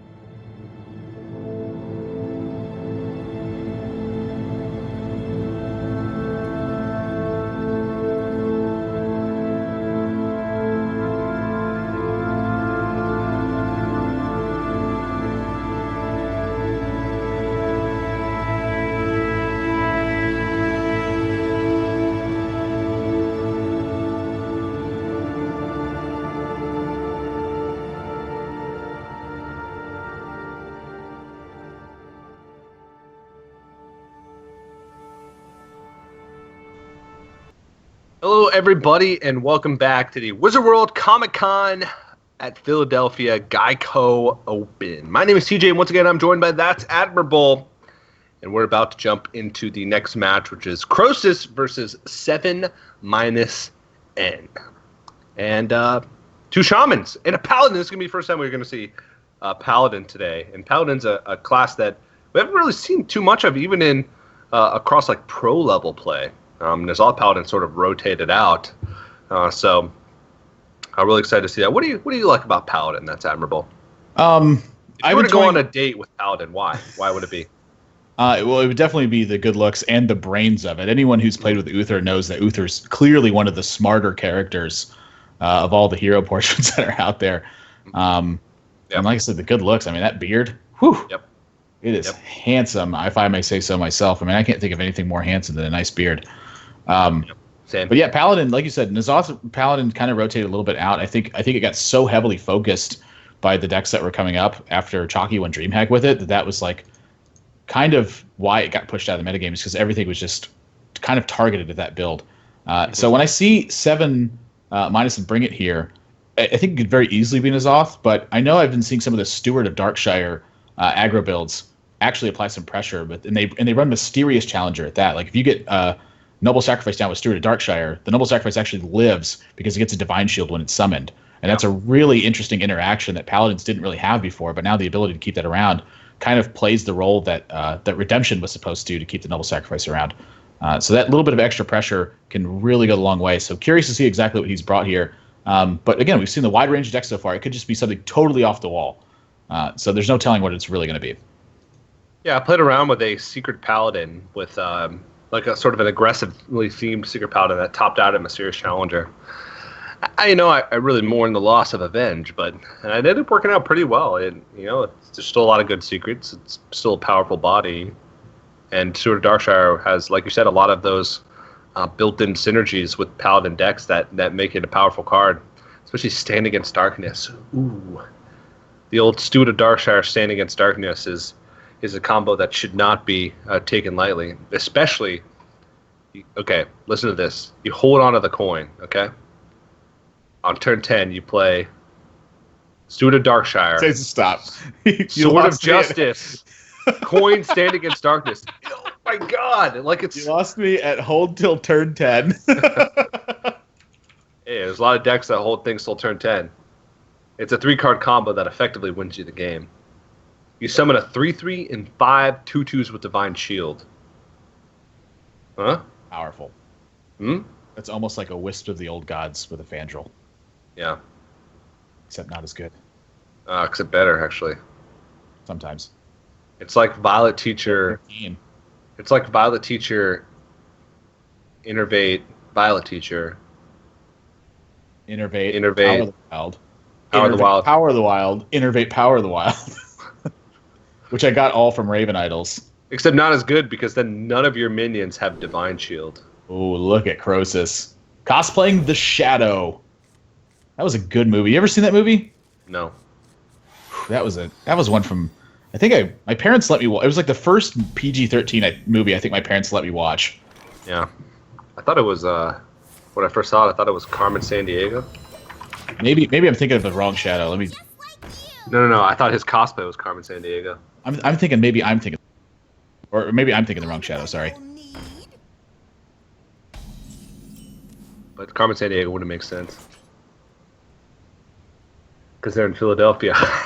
Let's make magic. I'm on fire today, Admirable. I'm on fire. He's on fired. It's like a competitor from earlier today. Oh, man. In the scar. Yeah, it's not a good pun if you have to explain the pun. No, it's a great one then. 7 minus and looking like he's bringing sort of a Temple Warrior build. He does have a copy Ooze in here, along with a Mortal Strike. So really wanting to answer some of these 4 health minions here. And this is kind of what Tempo Mage does best, is take advantage of this mid-size stuff here. And Croesus realizes, has that extra spell damage out, so did forego the Sorcerer's Apprentice here. And that could come back to hurt him a little bit here. There's a second Fierce Warrior in 7 minus his hand. And so Croesus having that extra minion out would allow him to push 3 more damage. And With Tempo Mage, the damage, every single point counts. I said Fierce Warrior, Fierce Monkey is what I meant. Every single point counts. It would allow him to even potentially get this Water Elemental on board here and kill the Fierce Monkey and keep going. I keep wanting to call it Fierce Warrior. Why? Because it's a warrior card? Thinking the deck is just a Fierce Warrior is why. So looking like he may delay this Water Elemental and just go trade Ping. I think I'd like to trade Ping and get the Sorcerer Apprentice on board a little bit better. He doesn't really need the Sorcerer's Apprentices right now, but the 3/2s are clearly doing some work for 7-. And so why not keep him rolling? Go to Azure Drake, go to Sylvanas, have Water Elemental as the final blow. I mean, you're certain to pull and execute with one of these minions. And that's a second Ooze in 7-'s hand. This is not the matchup for those. He does not like weapons. That's for sure. Slam here. Looking like you add an Ooze to this just to get something out. So Croesus, this is looking like a pretty easy turn from him. I'm just going to drop Azure Drake here. Ooh, okay. Flame Strike picked up. Yeah, that could be pretty good against Temple Warrior. A lot of times their high-value minions usually float under that 4 health mark, except maybe with the exception of Bloodhoof Brave. But 7-10 finally going to take control of this board, at least for the time being. It probably will mean a swift end with this Frostbolt plus Water Elemental combination that we're bound to see from Croesus. I wouldn't mind just seeing him actually play on the minion here too and save the Frostbolt. I think the Frostbolt holds potentially a lot of value in this. And the Ooze isn't challenging the Water Elemental, and if it challenges the Sorcerer's Apprentice, I think you're pretty happy that you get to hang on to a Frostbolt on side of that. I would say Frostbolt's probably a little bit better than the Sorcerer's Apprentices in this matchup, given all the weapon potential and everything. Looks like 7- and Iron that Ravaging Ghoul and Execute here will take out the Sorcerer's Apprentice as well. And Frowling Berserker first? Nope. So a little bit of a misstep from 7- and missing a couple points of power there. Ooh, that's a good one. This is going to be Flame Strike for sure. I mean, now it's just an Execute in hand. This game might be donezo here. You can see 7- and shaking his head even. Yeah, he was shaking his head he realized like the misplay that he made the last turn, but then he sort of like smiled and shook his head again because he realized that it didn't matter anyway because Flame Strike was used. So not punished at the end of the day, but now he's left with just a Fiery War Extend and Execute. He's going to start to get this damage in. Oh, mama. Yeah, next turn that's going to be brutal. This game is done like dinner. I don't care what you get off that one. If it's not a Doomsayer, 7- is in trouble. Yeah. And you can't get Doomsayer off Face of Summoner. It's 3-mana cards. Yeah, what's the play here? Just trade and just go face, honestly. Yeah. Get him. I mean, he's going to need to draw Ravaging Ghoul quite literally exactly that, I think. Maybe he's already got slams at this point. Frostbolt takes care of that, adds a Fireball to hand, 5 coming across the dome. And I don't know if there's any outs in that deck. I guess Deathwing could do it here. Deathwing could do it. Oh, it's not a Deathwing, that's a slam. Slam Execute, we'll see. Slam Execute to Shield Block Shield Slam would be awfully good. Ooh, Bloodhoof Brave as well. So Bloodhoof Brave will keep him... the Armor Up will keep him alive by himself, and he's actually going to forego the Bloodhoof Brave, but double Fireball, not going to live through that. Well played. Yeah, Croesus sees the draw, and there we go. We did require some assistance this game, Archmage, but not too much. Yeah. But that's going to be Croesus taking game number 1 with the Tempo Mage. Solid win from him, 7-N, not really getting much accomplished with this more mid-range, tempo-ish warrior. And we'll see if he can do it. He's going to be pretty happy if he can go up against a weapon class. Because of those double oozes. Happens to be one across the board in Croesus' spot, and that Shaman. I mean, I imagine those oozes are almost certainly aimed at exclusively Fiery War Axe and Doomhammer right now. I mean, Doomhammer being one of the centerpieces of Shaman at the moment. I have seen some of the top players actually moving away from one of the Doomhammers and adding an Alakir in, just to reduce the number of times that Doomhammer gets Harrison. I mean, it's very difficult to win if the board position is at all even and your opponent Harrisons and draws 6 cards. It's like one of the worst things that can happen to you. So moving into Alakir in that slot instead, I had a little bit of success with it, but so far the most builds I've been having success with are sort of more of the 6-0 style of builds with 2 Thing from Below, 2 Flame Wreath Faceless, and just giddy up. Yeah. All right, well, looks like we're going to move into game number 2 here. And 7-N throwing out seems just like a Strong mid-range Shaman. And Croesus with the Cthulhu Priest. We've seen a lot of Cthulhu Priests today. Really interesting stuff. Yeah, I mean, Cthulhu obviously is going to be one of the popular choices, given that the release event gave everyone a Cthulhu. Mm-hmm. And Priest just being one of the more popular classes in Hearthstone, it is zero surprise to see as many Cthulhu Priests in this open sign up as we've seen here today. Mm-hmm. So I'm just going to be Argent Squire to contest the Loot Hoarder.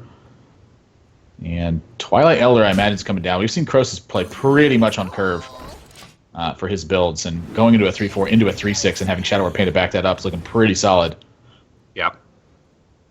Definitely. I mean, how good does Feral Spirit actually look here? It looks really bad. Anti-Totem, pretty solid one, but again, Croesus kind of has this trumped at the moment. Yeah. He's just curving out. He's going to be able to take out some of these minions, and look at that. Like, he can even afford at this point to just play for value the entire time, I think. Yeah. And then use Darkmender to top off all the damage that was a consequence of playing for value as much. I mean, this is looking great for him. Yeah. This might be pretty tough to deal with, and I'm actually surprised that 7-N didn't decide to trade in here to try and take out this Twilight Elder. And Cabal Shadow Priest probably is going to do some work in this matchup. He's a turn away from it now, but not too shabby. So a couple options here for Croesus. He can Shadow Word Pain and try and play for, heal up his minions, which I think is going to be the choice, especially since he gets this Cthulhu buff. And assume he's just going to heal up the Twilight Elder. Very nice. Through 2/3 left on the board, and 7-N is going to a turn where he's going to be overloaded, but he does have the Eternal Sentinel to bring that back up, and picks up Ancestral Knowledge, so he can use that plus a coin on the Eternal Sentinel to try and unlock some of his Overload crystals. It's a really solid turn from 7- in here, but this Cabal Shadow Priest is going to swing this right back. So the instant thing I see is that he can actually clear this board, draw 2 cards, get a 3/2 and a 2/1 on board. And I think that may be where he's headed. So we're going to start with Ancestral Knowledge and take a look.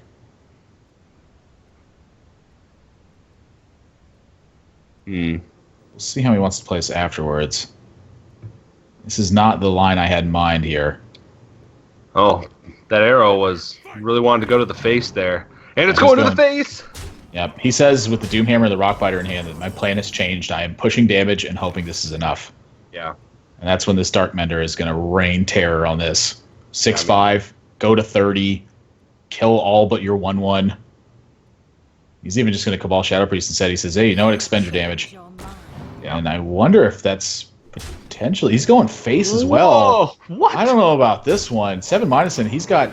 How much damage is this? 10, 11, 12, 13, 14, 15, 16, 17. He's 3 damage off... Oh, he doesn't have the mana for it. That's the big difference here. So we're going to load up. And, again, just push right back. But I think this is where the Twilight Darkmender is going to be the big difference. Yeah, I mean, 7- is just going to... Okay, well, he's not going to trade. He said, well, he went face, so maybe I'm a little bit scared, but I would just throw all of this damage at the face. Just hope that you're going to draw into what you need. But this is for sure going to provoke this Twilight Darkmender here. Yeah, that's really bad news to see. If you're in 7- and spot Croesus, he's got to kill this 3/2. I mean, there's not an explanation for not killing it at this point, I don't think, unless he's just got 2-turn lethal, 10, 16 sitting on board. He can even kill the 3/2 and set up a turn 2 lethal here, so that's exactly what I'd like to see him do. He's just going to go dome. It says deal with it. Deal with it. 13, yeah, I like it. 16. Another Rockbiter would give him 22. Even if he picked up a Rockbiter here, wouldn't have the damage to close for 7-. And so maybe Croesus just counted all that damage up and said, yeah, what can he do? What can you do? Hit him in the face. Force him to be the one to make the trade. Usually that's not the way the priest goes, since they're the one that can heal up after trades are made. But that's what Croesus decides is going to be the best course of action this game. There's nothing given here for 7-, so that's for sure. Mm-hmm.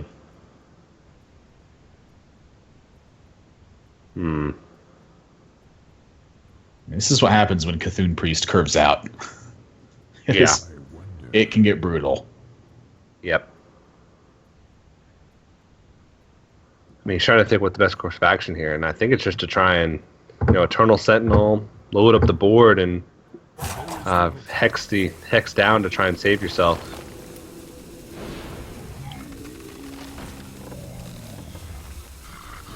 Yeah, I mean, what can you do? Yeah. He's thinking the same thing.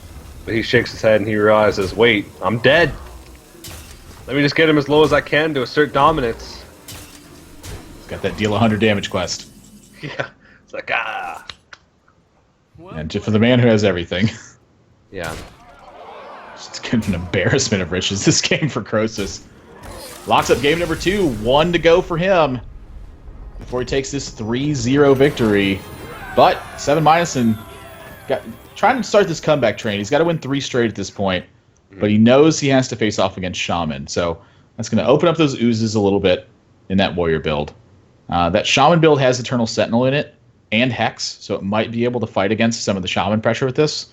And yet to see the Druid build, but I know I've always been a proponent that Druid beats Shaman. I've thought so for a very long time, even back in the day when everyone disagreed with me and said that Shaman absolutely beat Druid. Talking back to the beta days. Yeah. I was a proponent that Druid won the matchup because Druid had heavier stuff, and I still think that.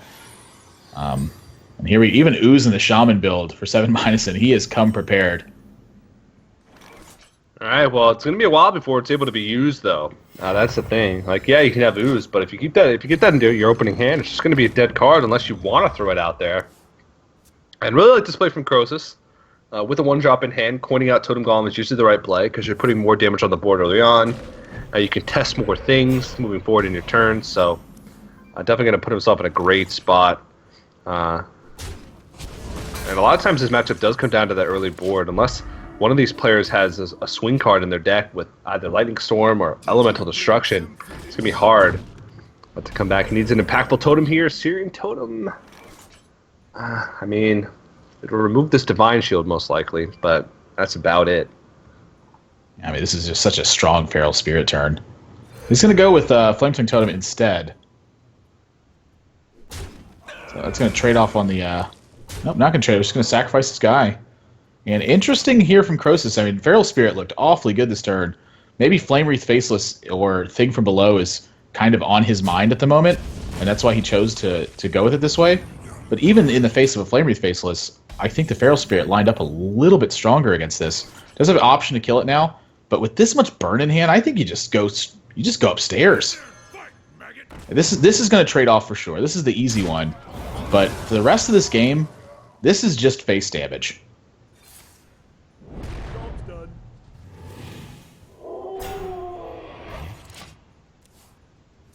So here we go into 7- turn. No mana to play the Thing from Below either. And Feral Spirit not good against his Flametongue Totem. Usually the first player to Feral Spirit in this matchup has a big advantage. Yeah. He's got 13 points of burn sitting in his hand. And the reason why playing Feral Spirits first usually the advantage is because you're able to trade your Feral Spirits in a more beneficial way than your opponent is, because you can use 2 to trade into 1. Or in this case, and he hits the Flame Juggle. Pushes even more, and this is looking pretty grim for 7 then. Oh, the Lightning Storm! That is a huge draw right now. He could even clean up the board. If he rolls 3 on one of these 3 health minions, then he can clear the board with the Rockbiter weapon if he so chooses. He's going to leave it up. Oh, wow. Oh, man. Oh, wow. Oh, wow. Oh my. This is why this card is good. So if you don't have anything left, just a good old 7/7. Mm-hmm. Oh, that's actually a pretty strong play here. You can Totem Golem, Eternal Sentinel, Totem up, and then play Thing from Below, but foregoes that. Just wants to get this Thing from Below out and hold on to the Eternal Sentinel, maybe for a turn with more overload. But, I mean, this is just an open opportunity for Croesus to just get this damage in. And I wouldn't even mind seeing a Sir Finley here just to maybe open up a Hunter Hero Power would set up for lethal next turn, even if the board is clean. 6 mana available. And Steady Shot is seen, and it's chosen. Yeah, that's GG. 7- is not going to have anything in his deck to handle this. Croesus is still at 30. Mm-hmm. No way to heal for 7 minus and can't handle the board. Can't handle the hand. Croesus just coming strong with strong decks. Yeah, and even though he had these double oozes thrown in, they're just not doing work in this deck because Doomhammer never even showed up, and even if it did, I don't know if it would have even had that much of an impact with the way this early game went. So he's going to try, but there's just lethal sitting in the hand of Croesus. Yep, 7 minus. This is looking like it's going face to me. Nope. Nope. Yeah, that's going to do it for the man who has everything. Well played. Yep, and well played comes out, and Croesus is going to take a 3-0. Lots of 3-0s today. Quite surprising, but Croesus is going to move on to the round of 8. Lapibus is already waiting there, I do believe. No, I'm not sure about any other players, but those are the 2 round of 8 players right now that we know of. And 7 minus 10, unfortunately, his run has ended. And some interesting decks, but unfortunately didn't match up to Croesus. Yeah, sometimes it's the same thing with situational cards that we've seen. You know, they have to be lined up in the right situation, and if they're not, you end up suffering as a result of it. You know, you have weaker cards in positions where you could have just more statistically efficient stuff, and so not being able to find an ooze into a weapon definitely cost him in this series. Definitely, for sure. All right, well, we got still a few round of 16 matches left remaining for you guys. I think 1 or 2, but we still have, even after that, even after we're done broadcasting this Open from PhillyCon, we still have the feature tournament number 3 Group B to go through today. So lots of really strong players playing Group B. We saw Chalky and Terrence M move through to the final stage yesterday. We'll see who's going to move on today. But like I said, still a couple of round of 16 matches left. Before we jump into that match, we do want to make sure we thank, of course, the people that make this possible. Not only the circuit, but of course the Open that's happening at Philly Comic Con. Big shout out to Geico, the title sponsor for the circuit and the Open as well.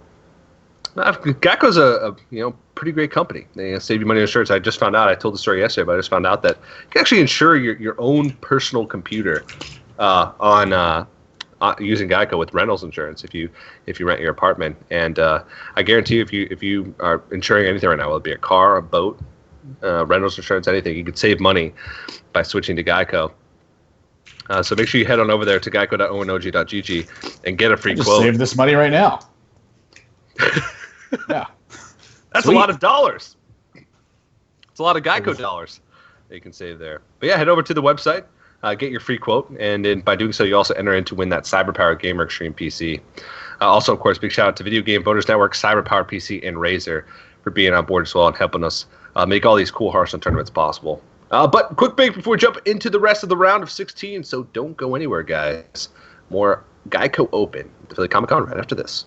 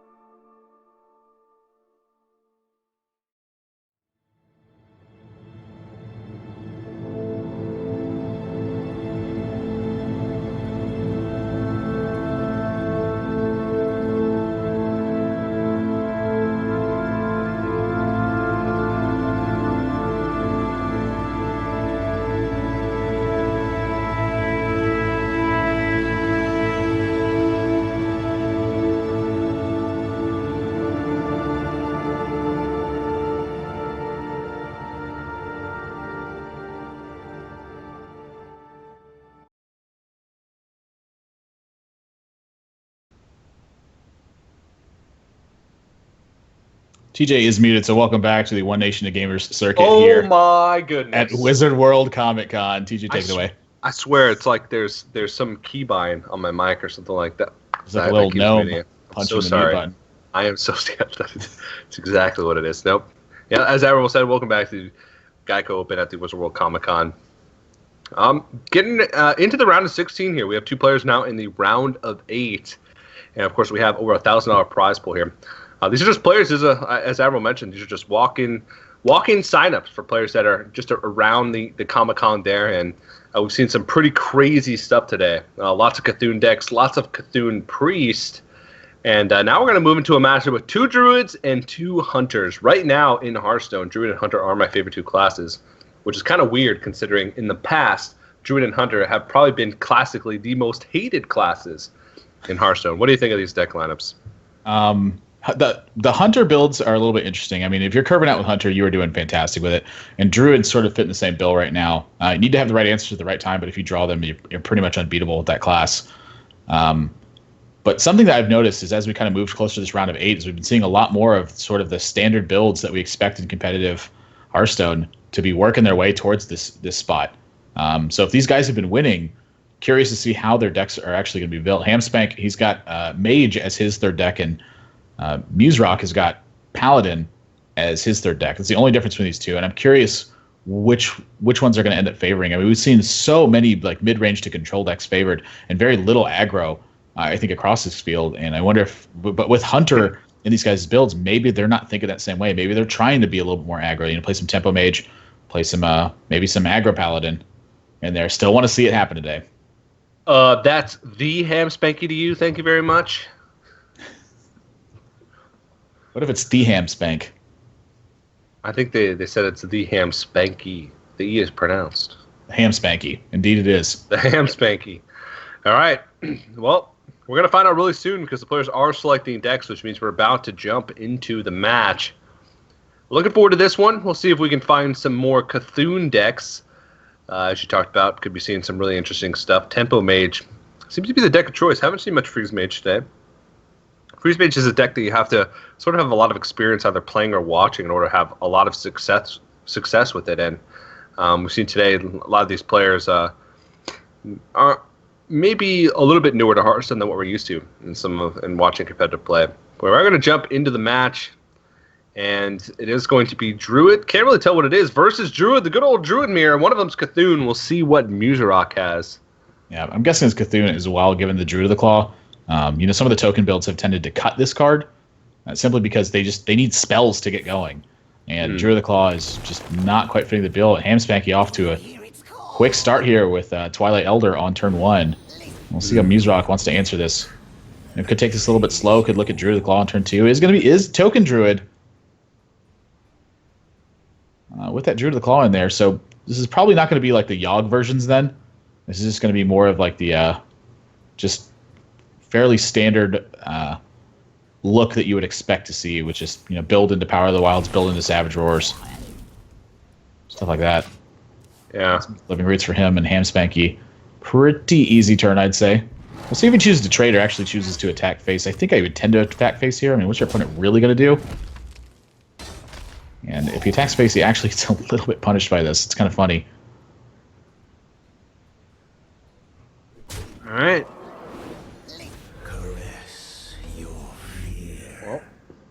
Ooh, Fendrel Staghelm. So that's a really great card that Druid has added to their repertoire, especially in this token Druid, because you just have so many spells that benefit from it. Wrath and Living Roots are the 2 that come to mind immediately. Even Druid of the Claw could sometimes be a big deal. Just having that extra 2 health plus the taunt effect can be a big deal. So I'm going to go ahead and innervate out the Druid of the Claw. So sort of messes up this curve a little bit, but does have Wrath to follow up with on turn 4 to make room for the Violet Teacher and the Fendrel Staghelm. And Hamspanky does pick up an Innervate, but if he decides to Innervate out Cthulhu's Chosen, then he's got a while before he's getting to that Dark Arakoa turn. He does have Swipe, but that'd be both of his Innervates gone. I'm not sure if he feels comfortable doing that. Yeah, I'm just going to pretty rough turns for him. And like I said, this Drew the Claw was just so punishing. And now, this is so good looking from Rock. I mean, I'm looking at. I think Wrath to take out this 3/4 is probably a little bit better. Yeah. Keep your 4/6 healthy as could be. Roll into Fandral and Power of the Wild. I mean, he could. I think there's also like a really decent argument for just not doing anything this turn, other than the attacks. Getting Fandral on turn 4, and then threatening the Wrath, Power of the Wild on turn 5. And Fandral is super strong when you get to those points. It looks like that's what he's going to do. Isn't going to trade into the 3/4 either. Worried more about the damage than he is about getting that +1 to Cthulhu. I don't mind it. This deck can be relatively aggressive in the mid game. You have all these tokens. Deck might have Savage or it depends on what the late game is, what this deck curves out into. Because you can run like the heavier versions. You can also run the really fast versions. Yeah. And Swipe will punish this, but it is going to mean that all this stuff has to be traded in, which means Mizrak is going to get Fandral Staghelm online. My. Oh man! If he draws Innervate, this game's going to be lights out. So Fandral Staghelm with Power of the Wild, you summon the 3/2 and then you buff your minions. So what happens is the first one you'll summon a 4/3 and buff your Fandral up to a 4/6, and then the next one you'll buff your Fandral up to a 5/7, buff your first Power of the Wild up to a 5/4, and your second one comes out to 4/3. That is incredibly powerful. Yeah, and it's going to be Wrath here instead. I mean, the Wrath being able to take out the minion and draw a card here is just going to be. I mean, this is looking so good right now. And then you can even save a Power of the Wild next turn for the Violet Teacher to go with it. Yeah. Maybe favoring just 2 Power of the Wilds. It's exactly what he's going to do. All right. He says board pressure is much more important right now. Hit him in the face. Sam Spaggy just throws out the well played. I mean, there's not any response to this in his hand. If he can can't even kill you can't even kill the 5/4 or the 5/7. He has to kill the 4/3. And when you can only kill the weakest minion on your opponent's board, it's really not a good feeling. And Wrath Swipe going to clean up the Dark Arakoa and keep the pressure on. Yeah.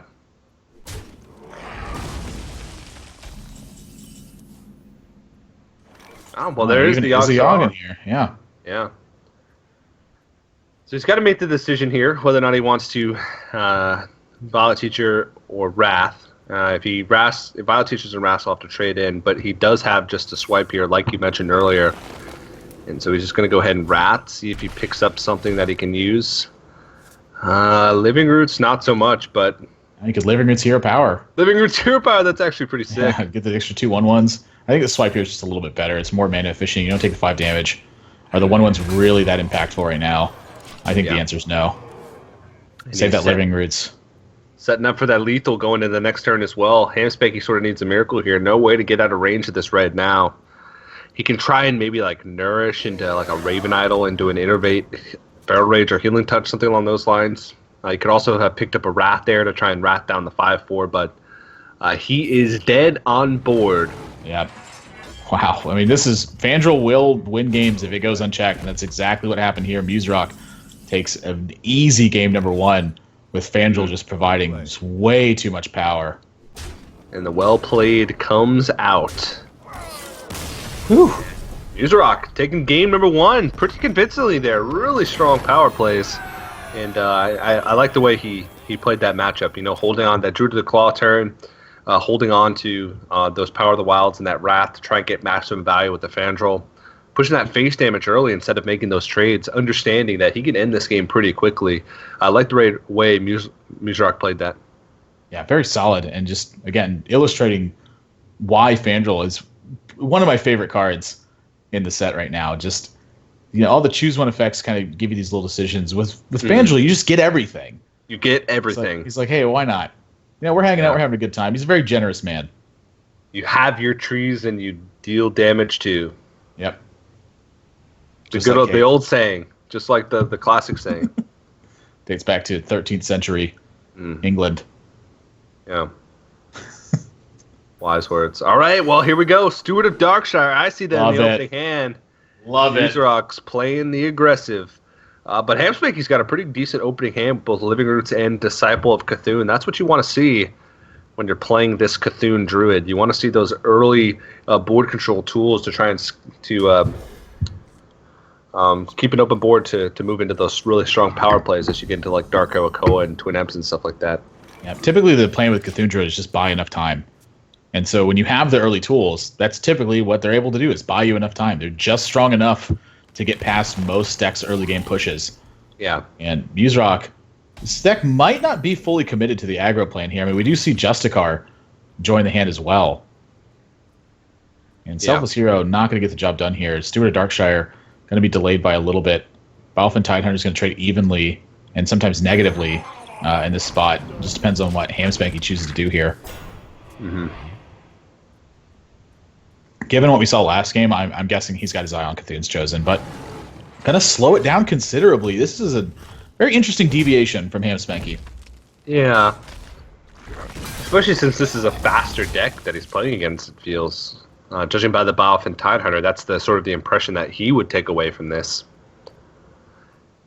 I mean, keeping your hand empty so that way Divine Favor doesn't get a ton of value in this matchup is pretty important.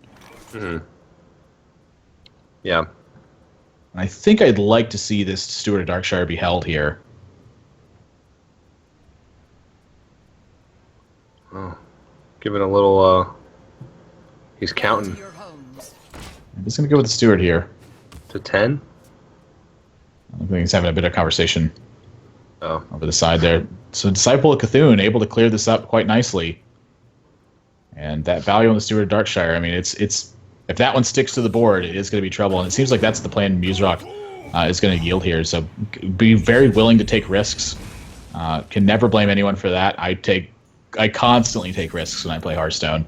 Yeah. And sometimes they come back to bite you. But now that Leroy joins the hand, so Justicar and Leroy, this is really interesting. Like, I'm curious if the Justicar is meant simply in some of the control matchups to act as just a tool to grind your opponents out.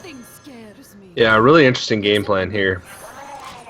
I mean, it does have synergy with the deck in general. I mean, Justicar True Heart, I mean, it's a pretty strong body if you can stick on the board, if you can keep control of that, and it adds value where value This isn't. Lights out. This is so bad for Muserock. I mean, how on earth does he recover now?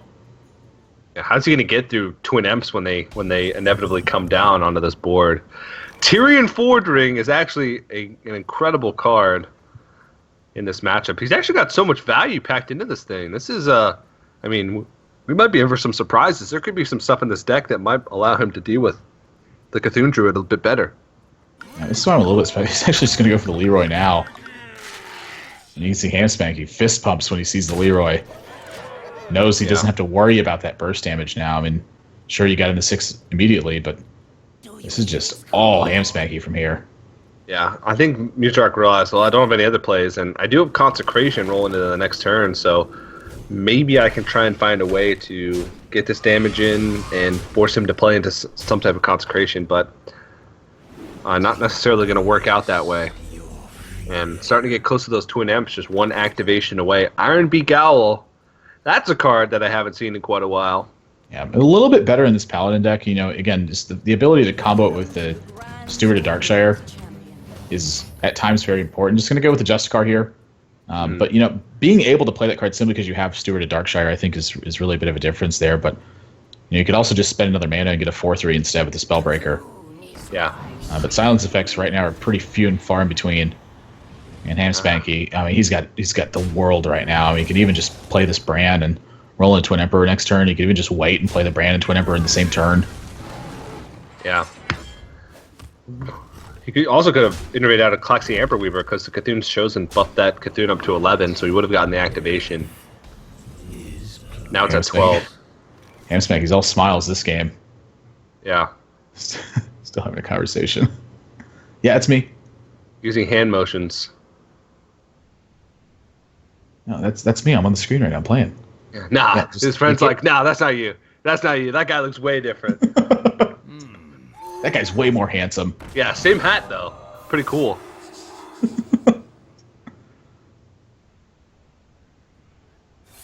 Alan Consecrate, this is bad for Muserock. I mean, this is probably some of the worst news I think he could have gotten this turn right here. Yeah, I think he's trying to hold on to the Oh, mama. fact that he has this Tyrion, but Hamspanky's even going to wait. Sees the brand with the Cthulhu, and I think his eyes are lighting up a bit here. goes with the Nourish man. as well. He just wants that Cthulhu next turn. Yeah. I mean, he's going for lethal next turn. That's what he's trying to set up with this. And the 410 Claxy Amber Weaver here. God, 3 to the he has face. the dream. He has the Yeah. coin innervate Cthulhu. Yeah. That's exactly what happened when he drew that Cthulhu. Is he plan deviated heavily there. I mean, he's gonna have it. His Cthulhu's at what, 13-13? Yeah, it's 26 damage. There's just 26 no way misses. there's no way for Muserock to live through this if this is what Hamspanky's going for. Yeah. And Hamspanky right now is doing with his fingers, making the noise that the Cthulhu missiles do. Yeah, there's the fist bump from him. He knows. Yeah, it's not very often that you get to pull off this kind of play. No, not in that order. Oh my gosh. You have to use the brand first. If you coin or innervate when you have 10 mana, that mana is burned. You cannot gain an excess of 10 total mana at once. Whew. Almost got a little bit too excited there, but there's the Cthulhu brand. And that's going to lock up game number 2 for Hamspanky. Yeah, you can see the Cthulhu sort of pause for just a second as the brand like reactivates. He's like, yeah, okay. The reload from the Cthulhu. So Hamspanky's going to tie it up 1-1 with a flashy finish on that Cthulhu Druid. Both players have had wins with this Druid now, and Hunter's remaining for both players. And now we know Muserock's Paladin deck. It's sort of like a weird aggro value hybrid. It's like a deck that's built specifically around Student of Darkshire with all these 1 health minions with just Guard too hard to get the extra value from the hero power. So, pretty interesting choice. And Hamspanky still has Mage left. We haven't seen that deck, but it looks like we're going to go into a Hunter Mirror. This isn't just any Hunter Mirror. This is Face Hunter with that Worgen Infiltrator in there.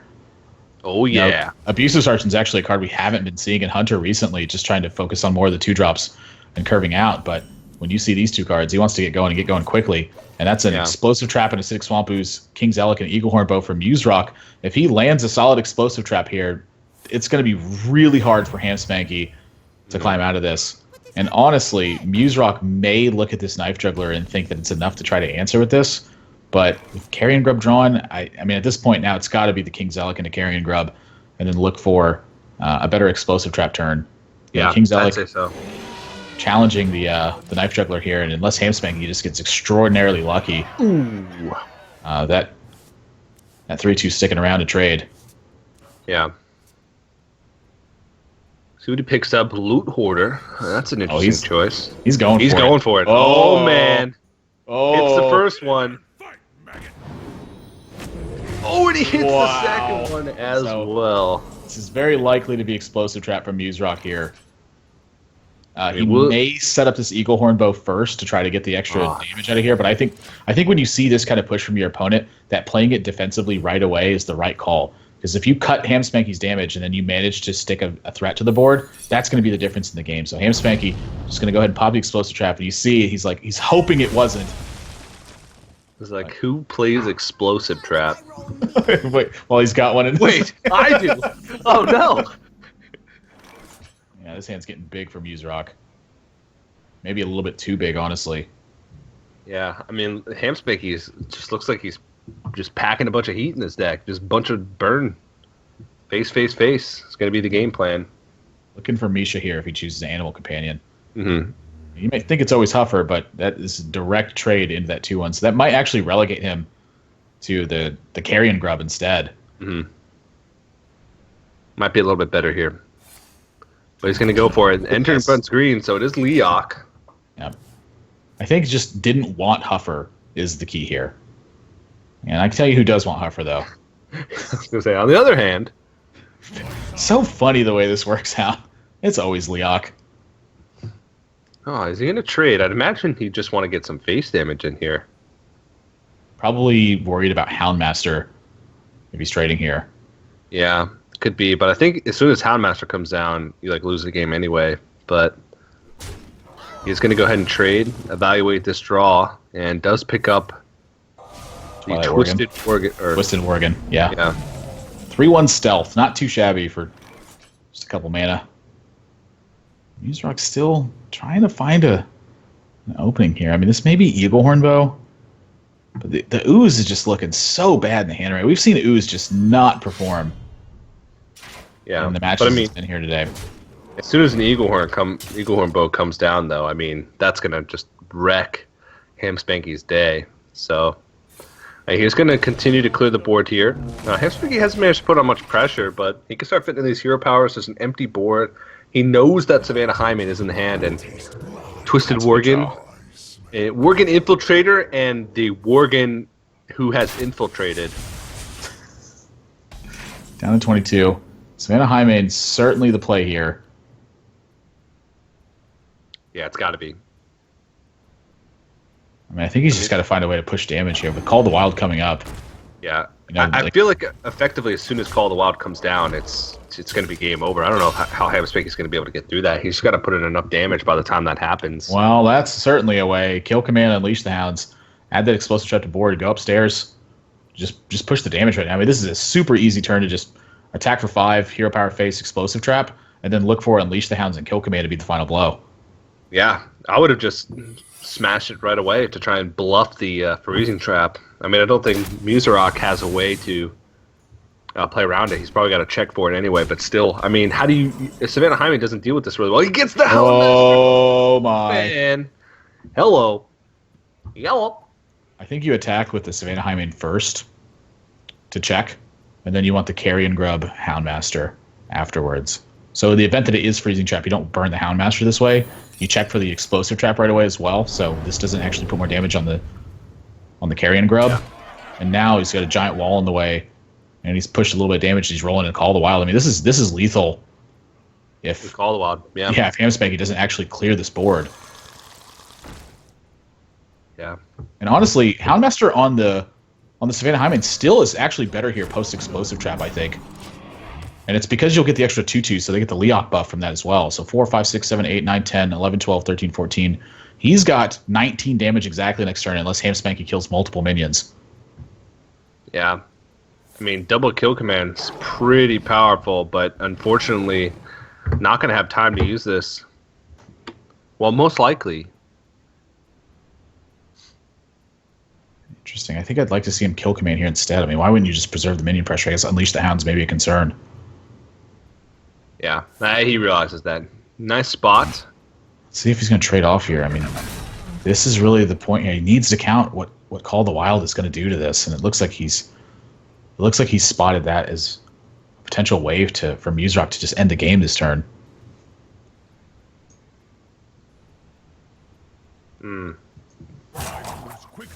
But how much damage does he need to take off of this board is the thing. I mean, this trade makes it that he's the least susceptible, but he still doesn't really set up for a lethal next turn, and Call of the Wild is not good. Quite there, but it's really powerful. Honestly, I think just trading down here is totally fine. Like, I think trading everything is totally fine. No, that's a way to lose. Oh my gosh, Muserock the lost this game. wins. Yeah, I mean, this was one of the only ways that he could lose is to not peel damage off the board. And now Hamspanky, the Eagle Horn bow, that would not have been enough if he traded off the board in full. Muserock did not need to push the damage here. The only thing he needed to do was peel this damage off the board, and Hamspanky would not have had the outs for this unless he drew exactly Unleash the Hounds. He just almost attacked that Misha and killed himself. With the Eagle Horn bow. Caught himself right at the end, though, and he's going to find lethal damage. He didn't even need the Eagle Horn bow. That was lethal just with kill command plus attack plus hero power. So he's going to find a way to win the game, and Muserock, I'd be feeling pretty rough about that one. Not often that you lose after that Call of the Wild, but Hamspanky managed to find the damage at the points that he needed it. This is a lesson I learned really early on, is kind of when I would look at the damage and I'd go, this is just too much damage to push. And then kind of watching Hunter players like Jab, Jab very much known for his Hunter play. I've watched him make some just ridiculous looking trades at times. And then I would realize he's got a 2-turn lethal anyway. Mm-hmm. He doesn't have an out to end the game immediately, but he chokes out almost all of his opponent's outs from the win. And closing the game sometimes is not as important as making sure that your opponent can't kill you at all. Yeah. And that's one of the ones where Muzak gets a little bit punished by just getting ahead of himself and not really respecting what his opponent had. Indeed. Now Hamspanky 2-1 lead now in the series. He's going to move into his Tempo Mage deck. Muzak is going to throw out the Hunter, and he's going to double Fiery Bat on turn 1. Really does not like Mana Worms. Flame Juggler would put a little heat on this as well. It's a pretty nice trade for Hamspanky. Yeah, effectively gets a 2-for-1 trade there, but gives up the board initiative. Eagle That's a Hornbow is good going to draw. be great, yeah. It's actually probably one of the best draws in the deck at the moment, just to be able to answer the pressure that's going to come from Hamspanky here. We'll see if he goes with Mirror NC. Now that he's drawn the second Sorcerer's Apprentice, this is definitely going to be this play into Sorcerer's Apprentice Mirror NC next turn. Answered by Eagle Hornbow. Going to be triggered by King's Elec as well. So that Kodo is the only card that's really stranded at the moment. No 2 power minions to hit. Flame Waker, it's a great answer to Flame Waker, though. So this one's still anyone's game. Pretty darn even so far. Mm-hmm. Yeah, I I think you want to just give up the Sorcerer's Apprentice here. Yeah, it's quite tough. I realize he doesn't. I mean, it will get rid of the Eagle Hornbow charge, which is the thing, but he might value the Sorcerer's Apprentice body over it, and that's exactly what he's going to do.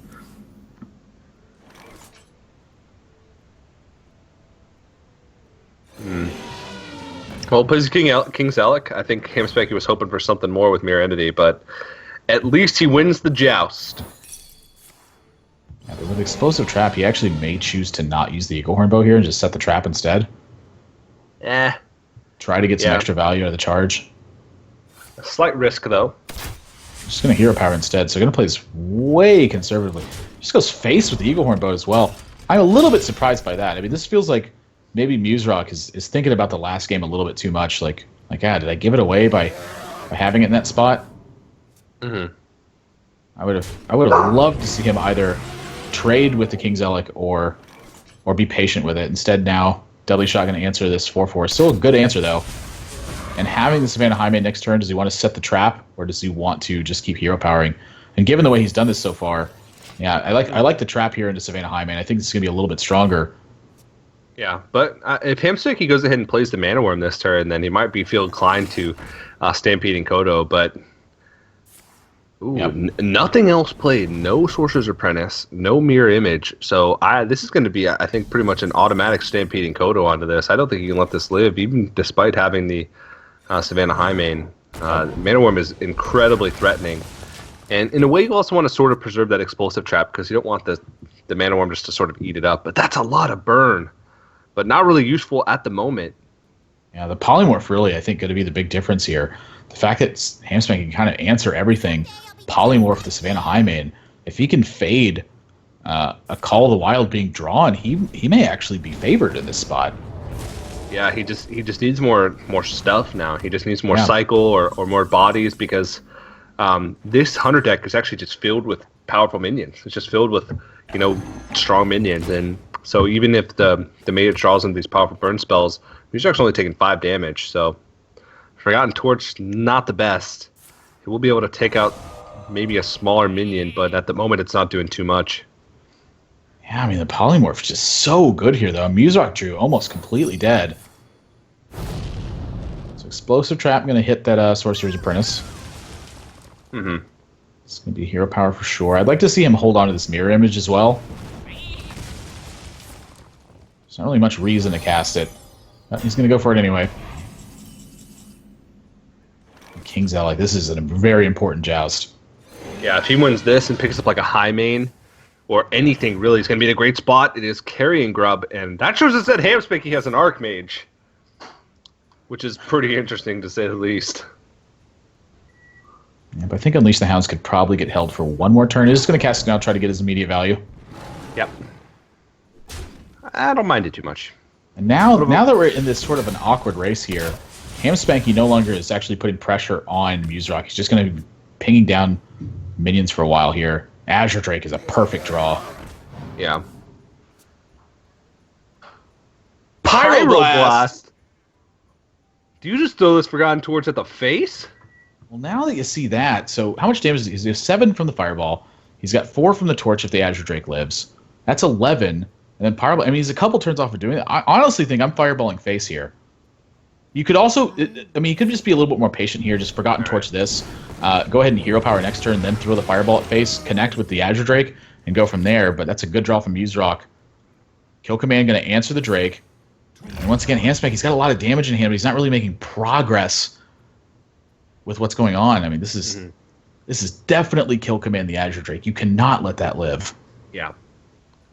And push some damage too. He's going to be able to push another 6 damage after these hounds go into this mirror image. So he's actually getting pretty close. And this Hunter Hero Power can whittle down. Hamspanky's going to have to start using some of these spells in order to start clearing the board to try and stop this incoming damage. And Muserock doesn't have many whiffs in his deck as far as cards go. So Archmage is actually not that bad right now. yeah, it's pretty good. It's just 4-7. Yep, Fireball in the Huffer. I'll tell you what, Hamspanky can win this game in a couple turns. It's going to come down to whether or not Muserock can get the draw. His Deadly Shot's going to be a good one.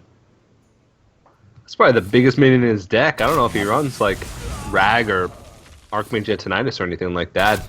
I mean, he might not even have enough turns. These hounds are chipping away. They've already cleared up mirror images. They've already done 4 damage by themselves.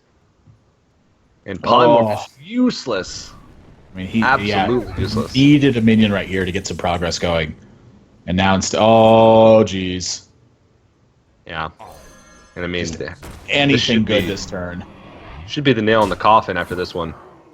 I mean, he cannot win the game in 2 turns unless he just rips a giant heal effect somehow. Well played comes out, and Water Elemental's not going to be enough. Even if he polymorphs something off the board, he's still dead to just the hero power. So we're going to a game number 5. Muserock's found a way to keep himself alive in this matchup. Takes out the Tempo Mage with this Hunter deck. And it's going to come down to Tempo Mage. Call the Wild off the top. But Muserock is... Just going to hero power. Yep. Yep. Respect. He's got somewhere to be. He's like, I don't have time for this extra 2 seconds worth of animations. Yeah. So here we go, game number 5. It's going to be Aggro Paladin from Muserock. Or I say Aggro Paladin, sort of like, I think Hybrid kind of hit the nail for you.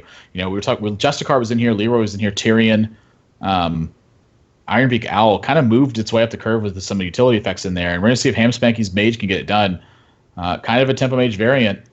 And we'll see what's going on, but it's going to be real close. Yeah. All right, moving into the next game here. Last game of the series, so you could take it out. Poor hands from pretty much both players. Muserock probably going to hold on to that Steward of Darkshire. That's what I think, though. The deck seems to be pretty heavily built around it. And holds on to Ironbeak Owl as well, so worried about something. And doesn't pick up a 1-drop, but picks up some decent drops in its place. Not sure who I'd give the edge to going into this one, but Biolfin Tidehunter, definitely solid pickup. Yeah, I mean, Biolfin Tidehunter, I think, is what's going to end up changing the dynamic of this game. You know, there was no strong early drop here from Muserock. This situation, he gets a coin, and Biolfin Tidehunter has Argent Protector afterwards, rolling an Argent Horse Rider. This is looking so good for him. I mean, Tempo Mage wants to develop minions. It doesn't want to just be pinging the entire time. And especially not against a deck like this, where Muserock is able to kind of step his way up with Divine Shields and really keep a lot of pressure on this. He's going to be, it's kind of forced to ping here. He can't just give up a 3-2 for a 2-1. He just loses a card in his hand. And now even 2 Steward of Darkshires to try to force some action from Hamspanky. He's going to be on the back foot for quite a while. Yeah. Even with all these early drops, it's still just not going to be much. He can Sorcerer's Apprentice Frostbolt this turn, and then, but it is just going to meet an Argent Horse Rider. I mean, he can even just Steward of Darkshire and use this Divine Shield to protect him. Divine Favor, though, doesn't really have too much value in this matchup. Tempo Mage is a deck that tends to float at a pretty low amount of cards for a long time. Yeah, I think I would like to see this Ironbeak Owl mulligan away. It's not really doing too much here.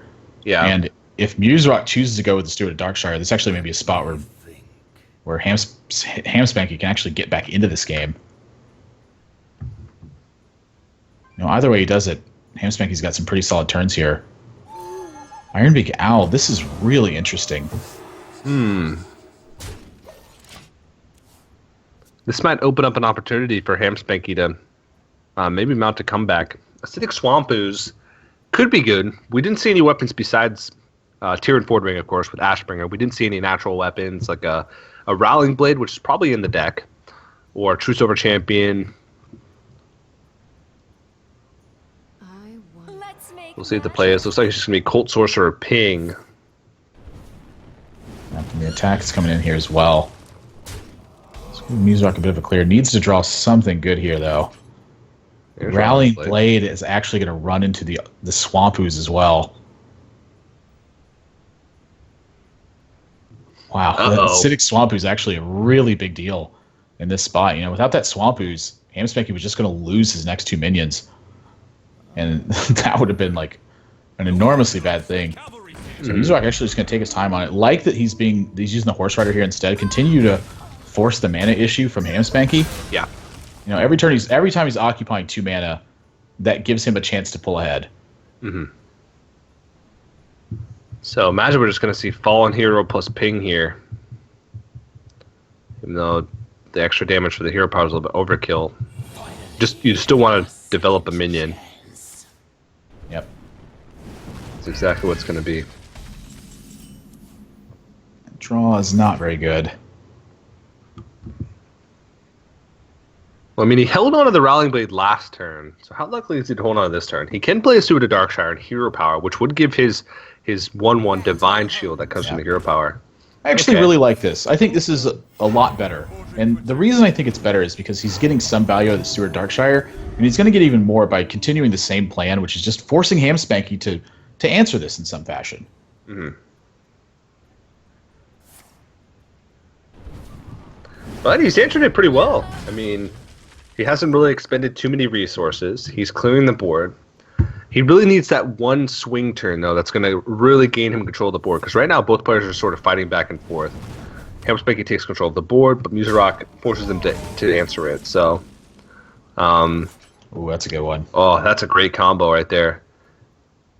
Maybe he That wants might to have wait one more turn No, to try not a and chance. get. Not a chance. Okay. You go for it here for sure. I mean, you just saw your opponent Forgotten Torch. I mean, he may. There's a chance also you could just Biofin and use the Keeper of Voldemort just to get 2 minions on board. But those are really the 2 different directions he takes here. So it's going to be how much does he value the Steward of Darkshire? 'Cause I think the Rallying Blade is off the menu right now. But if you land, say if the Steward of Darkshire sticks for another turn, your Rallying Blade is going to look so good on turn 7. Yeah. And both the Divine Shields will challenge the Fallen Hero. The Fallen Hero won't be able to attack into your Steward of Darkshire unless your opponent uses another spell. And that's pretty darn good value from Steward of Darkshire, I'd say. Yeah. He's going to go with Rallying Blade instead, though, so wants to just fully protect this. Wants to get maximum value out of the Steward of Darkshire instead of maximum value out of the Rowling Blade. But might leave himself a little bit vulnerable here, because this means that if Hamspanky had 1 spell, you'd get 0 value out of both Rowling Blade and the Steward of Darkshire. And he's going to just ooze this down. It is a little bit awkward just for the fact that he doesn't have anything to do after the ooze. He might even just wait and polymorph the Steward of Darkshire and Ping. He hasn't really seen too many more big threats. Tyrion. I guess he did see Tyrion in that last game, so he knows that Tyrion is in the deck, so he's going to probably be pretty reluctant. Well, this is going to be the one that hurts the most, is this Archmage. Yeah, this doesn't really accomplish much. That Keeper of Voldemort's looking so good now.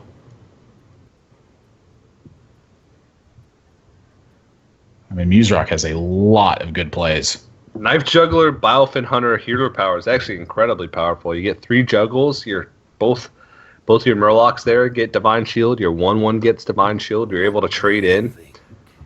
I mean, what are you worried about in this instance? I don't know, but it's going to be really hard to pass up 3 Divine Shields from your Steward of Darkshire.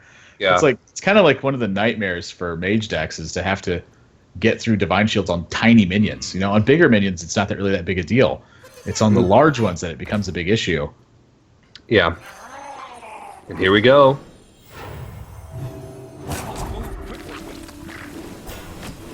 All those Divine Shields. And Ham Spanky, ugh, he does not feel good about that play. These juggles aren't that great. Okay, takes out one of the mirror image, so that's going to be good play. And Muzrak's actually going to be able to reload next turn with this Divine Favor, most likely, unless Ham Spanky tries to empty his hand. And Wow, he goes even ahead and attacks in the face. So now the Ooze actually not getting any value from this spot. Frostbolt is drawn to answer some stuff, but I think this is going to be too much for Ham Spanky to handle. I mean, the Divine Favor is going to crack this game open if he doesn't just play his entire hand out. I mean, Ham Spanky is probably not going to play the use because Muzrak attacking sort of is an indication that he has another weapon.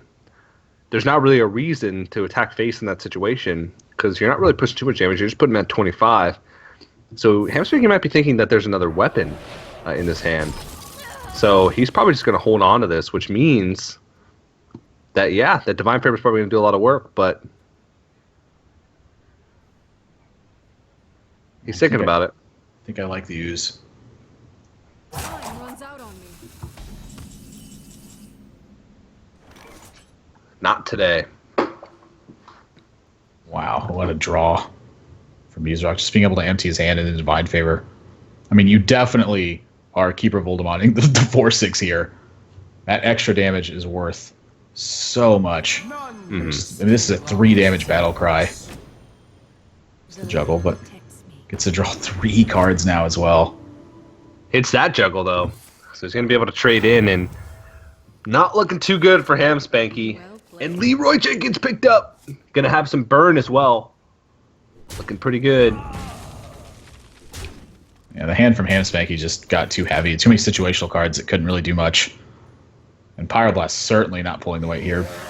No. He needs to draw some AoE. If he doesn't draw AoE, this game is going to end real quick. Second Archmage not helping him much here. And 3 damage, 7 damage on board. So still not really close to picking up enough damage, but, you know, just a couple turns away. Selfless Hero is just another drop that you put on the board that makes things harder to deal with. And we'll see how Muzrak decides to deal with this, but I think you just unload these 1-drops. Unload Selfless Hero, Argent Squire, Hero Power Up. Maybe you can force a trade with Abusive Sergeant, but maybe you want to keep that as sort of surprise damage from your hand. Honestly, the Leroy is not looking that bad here. If you Leroy, you can actually clear off the board and keep the Leroy around. Like, I kind of like the Leroy here. And Muzrak does too. Here we go. Well, number 1's good.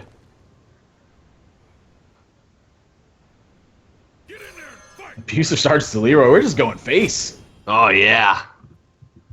Maybe there's some trade-off potential now. We've seen that juggle happen. Except mine. There's the 8.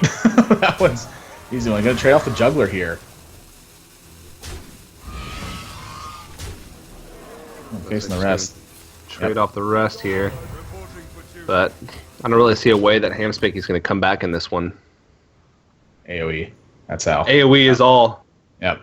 That's not it. Yep. And Archmage is going to come out. Does he have enough damage on board? He's got 3, 4, 5, 6, 7 damage on board. So if he picks up 2... Oh, geez. It's going to get polymorph, but just the fact that if he plays this, Ham Spanky needs to draw basically Blizzard as his AoE now. Like, Flame Strike's no longer an answer to this. That's really the big deal of this Tyrion, is that even if you get Flame Strike now, he has to polymorph first, so he won't have the mana to Flame Strike afterwards. And that's just it. I mean, can't even imagine how he comes back from this spot. Like, Arcane Intellect and the Frost Nova Doomsayer into miracles to stay alive through the Ashbringer. Polymorph and Arcane Missiles could be enough. 2, 3, 4. No, it can't be. All right.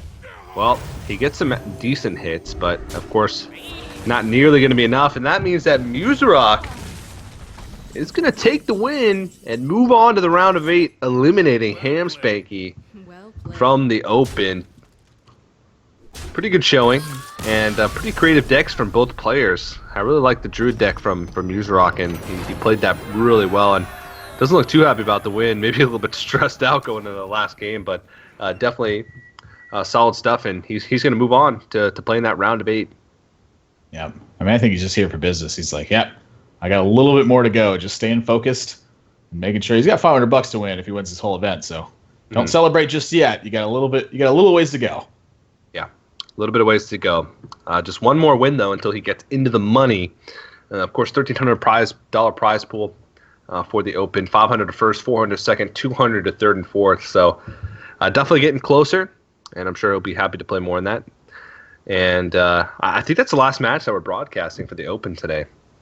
So that was actually really fun. We saw a lot of Cthulhu decks. We saw a lot of creative stuff. I mean, it wasn't top-level professional play by any means, but I really liked what a lot of these players brought to the table. And it was definitely really fun. And I'm sure these guys had a great time, getting that tournament experience and getting sort of that pro experience.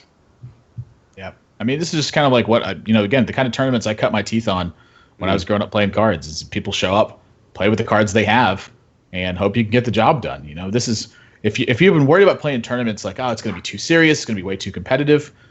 This is kind of a glimpse of what some of these events look like. Yes, you will run into some competitive people. They're out there, they want to win tournaments. Yep. But you're also going to run into a lot of people just like yourself who just want to play tournaments because they want to compete. They want to have more variety, and they want to play the formats that they watch some professionals play. So if you've been hesitating to get in tournaments, there hasn't been a better time to do it than with this ONOG series. Yeah, definitely. The next Open takes place on June 16th.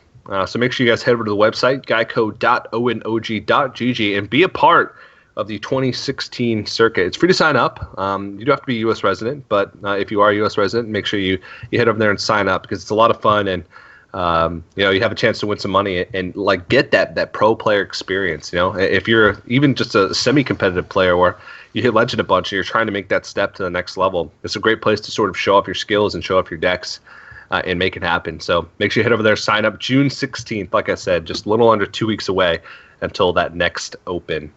And actually, later on in the day, actually in about, I think like 10 or 15 minutes, we're going to be starting the feature tournament number 3, Group B.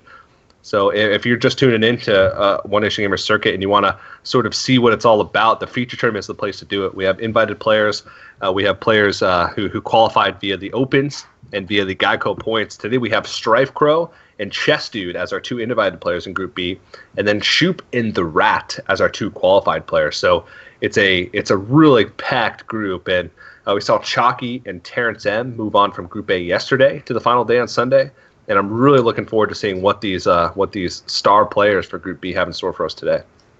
Yeah, Strife Crow been struggling a little bit recently in some of the tournaments he's played. Maybe focusing more on the streaming side of things than just the actual pure competitive side. Yeah. But with money on the line, I can tell you this guy's going to practice and he's going to try hard. So really looking forward to seeing what he brings here today. Haven't actually had the pleasure of watching him play in a competitive environment in quite a while now. Yeah, should be fun. Before we jump into the break, of course, we do want to make sure we thank the people that make this possible. Geico Gaming being the title sponsor for the event. Get a free quote. I mean, if you buy insurance for anything, which if you drive a car or if you own or rent anything, you can get it insured. And if you're currently getting insured, I guarantee you can save money by switching over to Geico. And it's free to get a quote, so you might as well try it. Head over to the website, once again, geico.onog.gg to get that free quote. And enter in to win that CyberPower Gamer Extreme 1000 PC. Of course, CyberPower is nice enough to give us that PC to give away. And, of course, a big shout out to Video Game Voters Network and Razer also for helping on board and helping us out. But, of course, we're going to have to go to a quick break. It is going to be about 13 minutes until we go over and start feature tournament number 3, Group B. So don't go anywhere, guys. More One Nation of Gamers 2016 circuit right after this.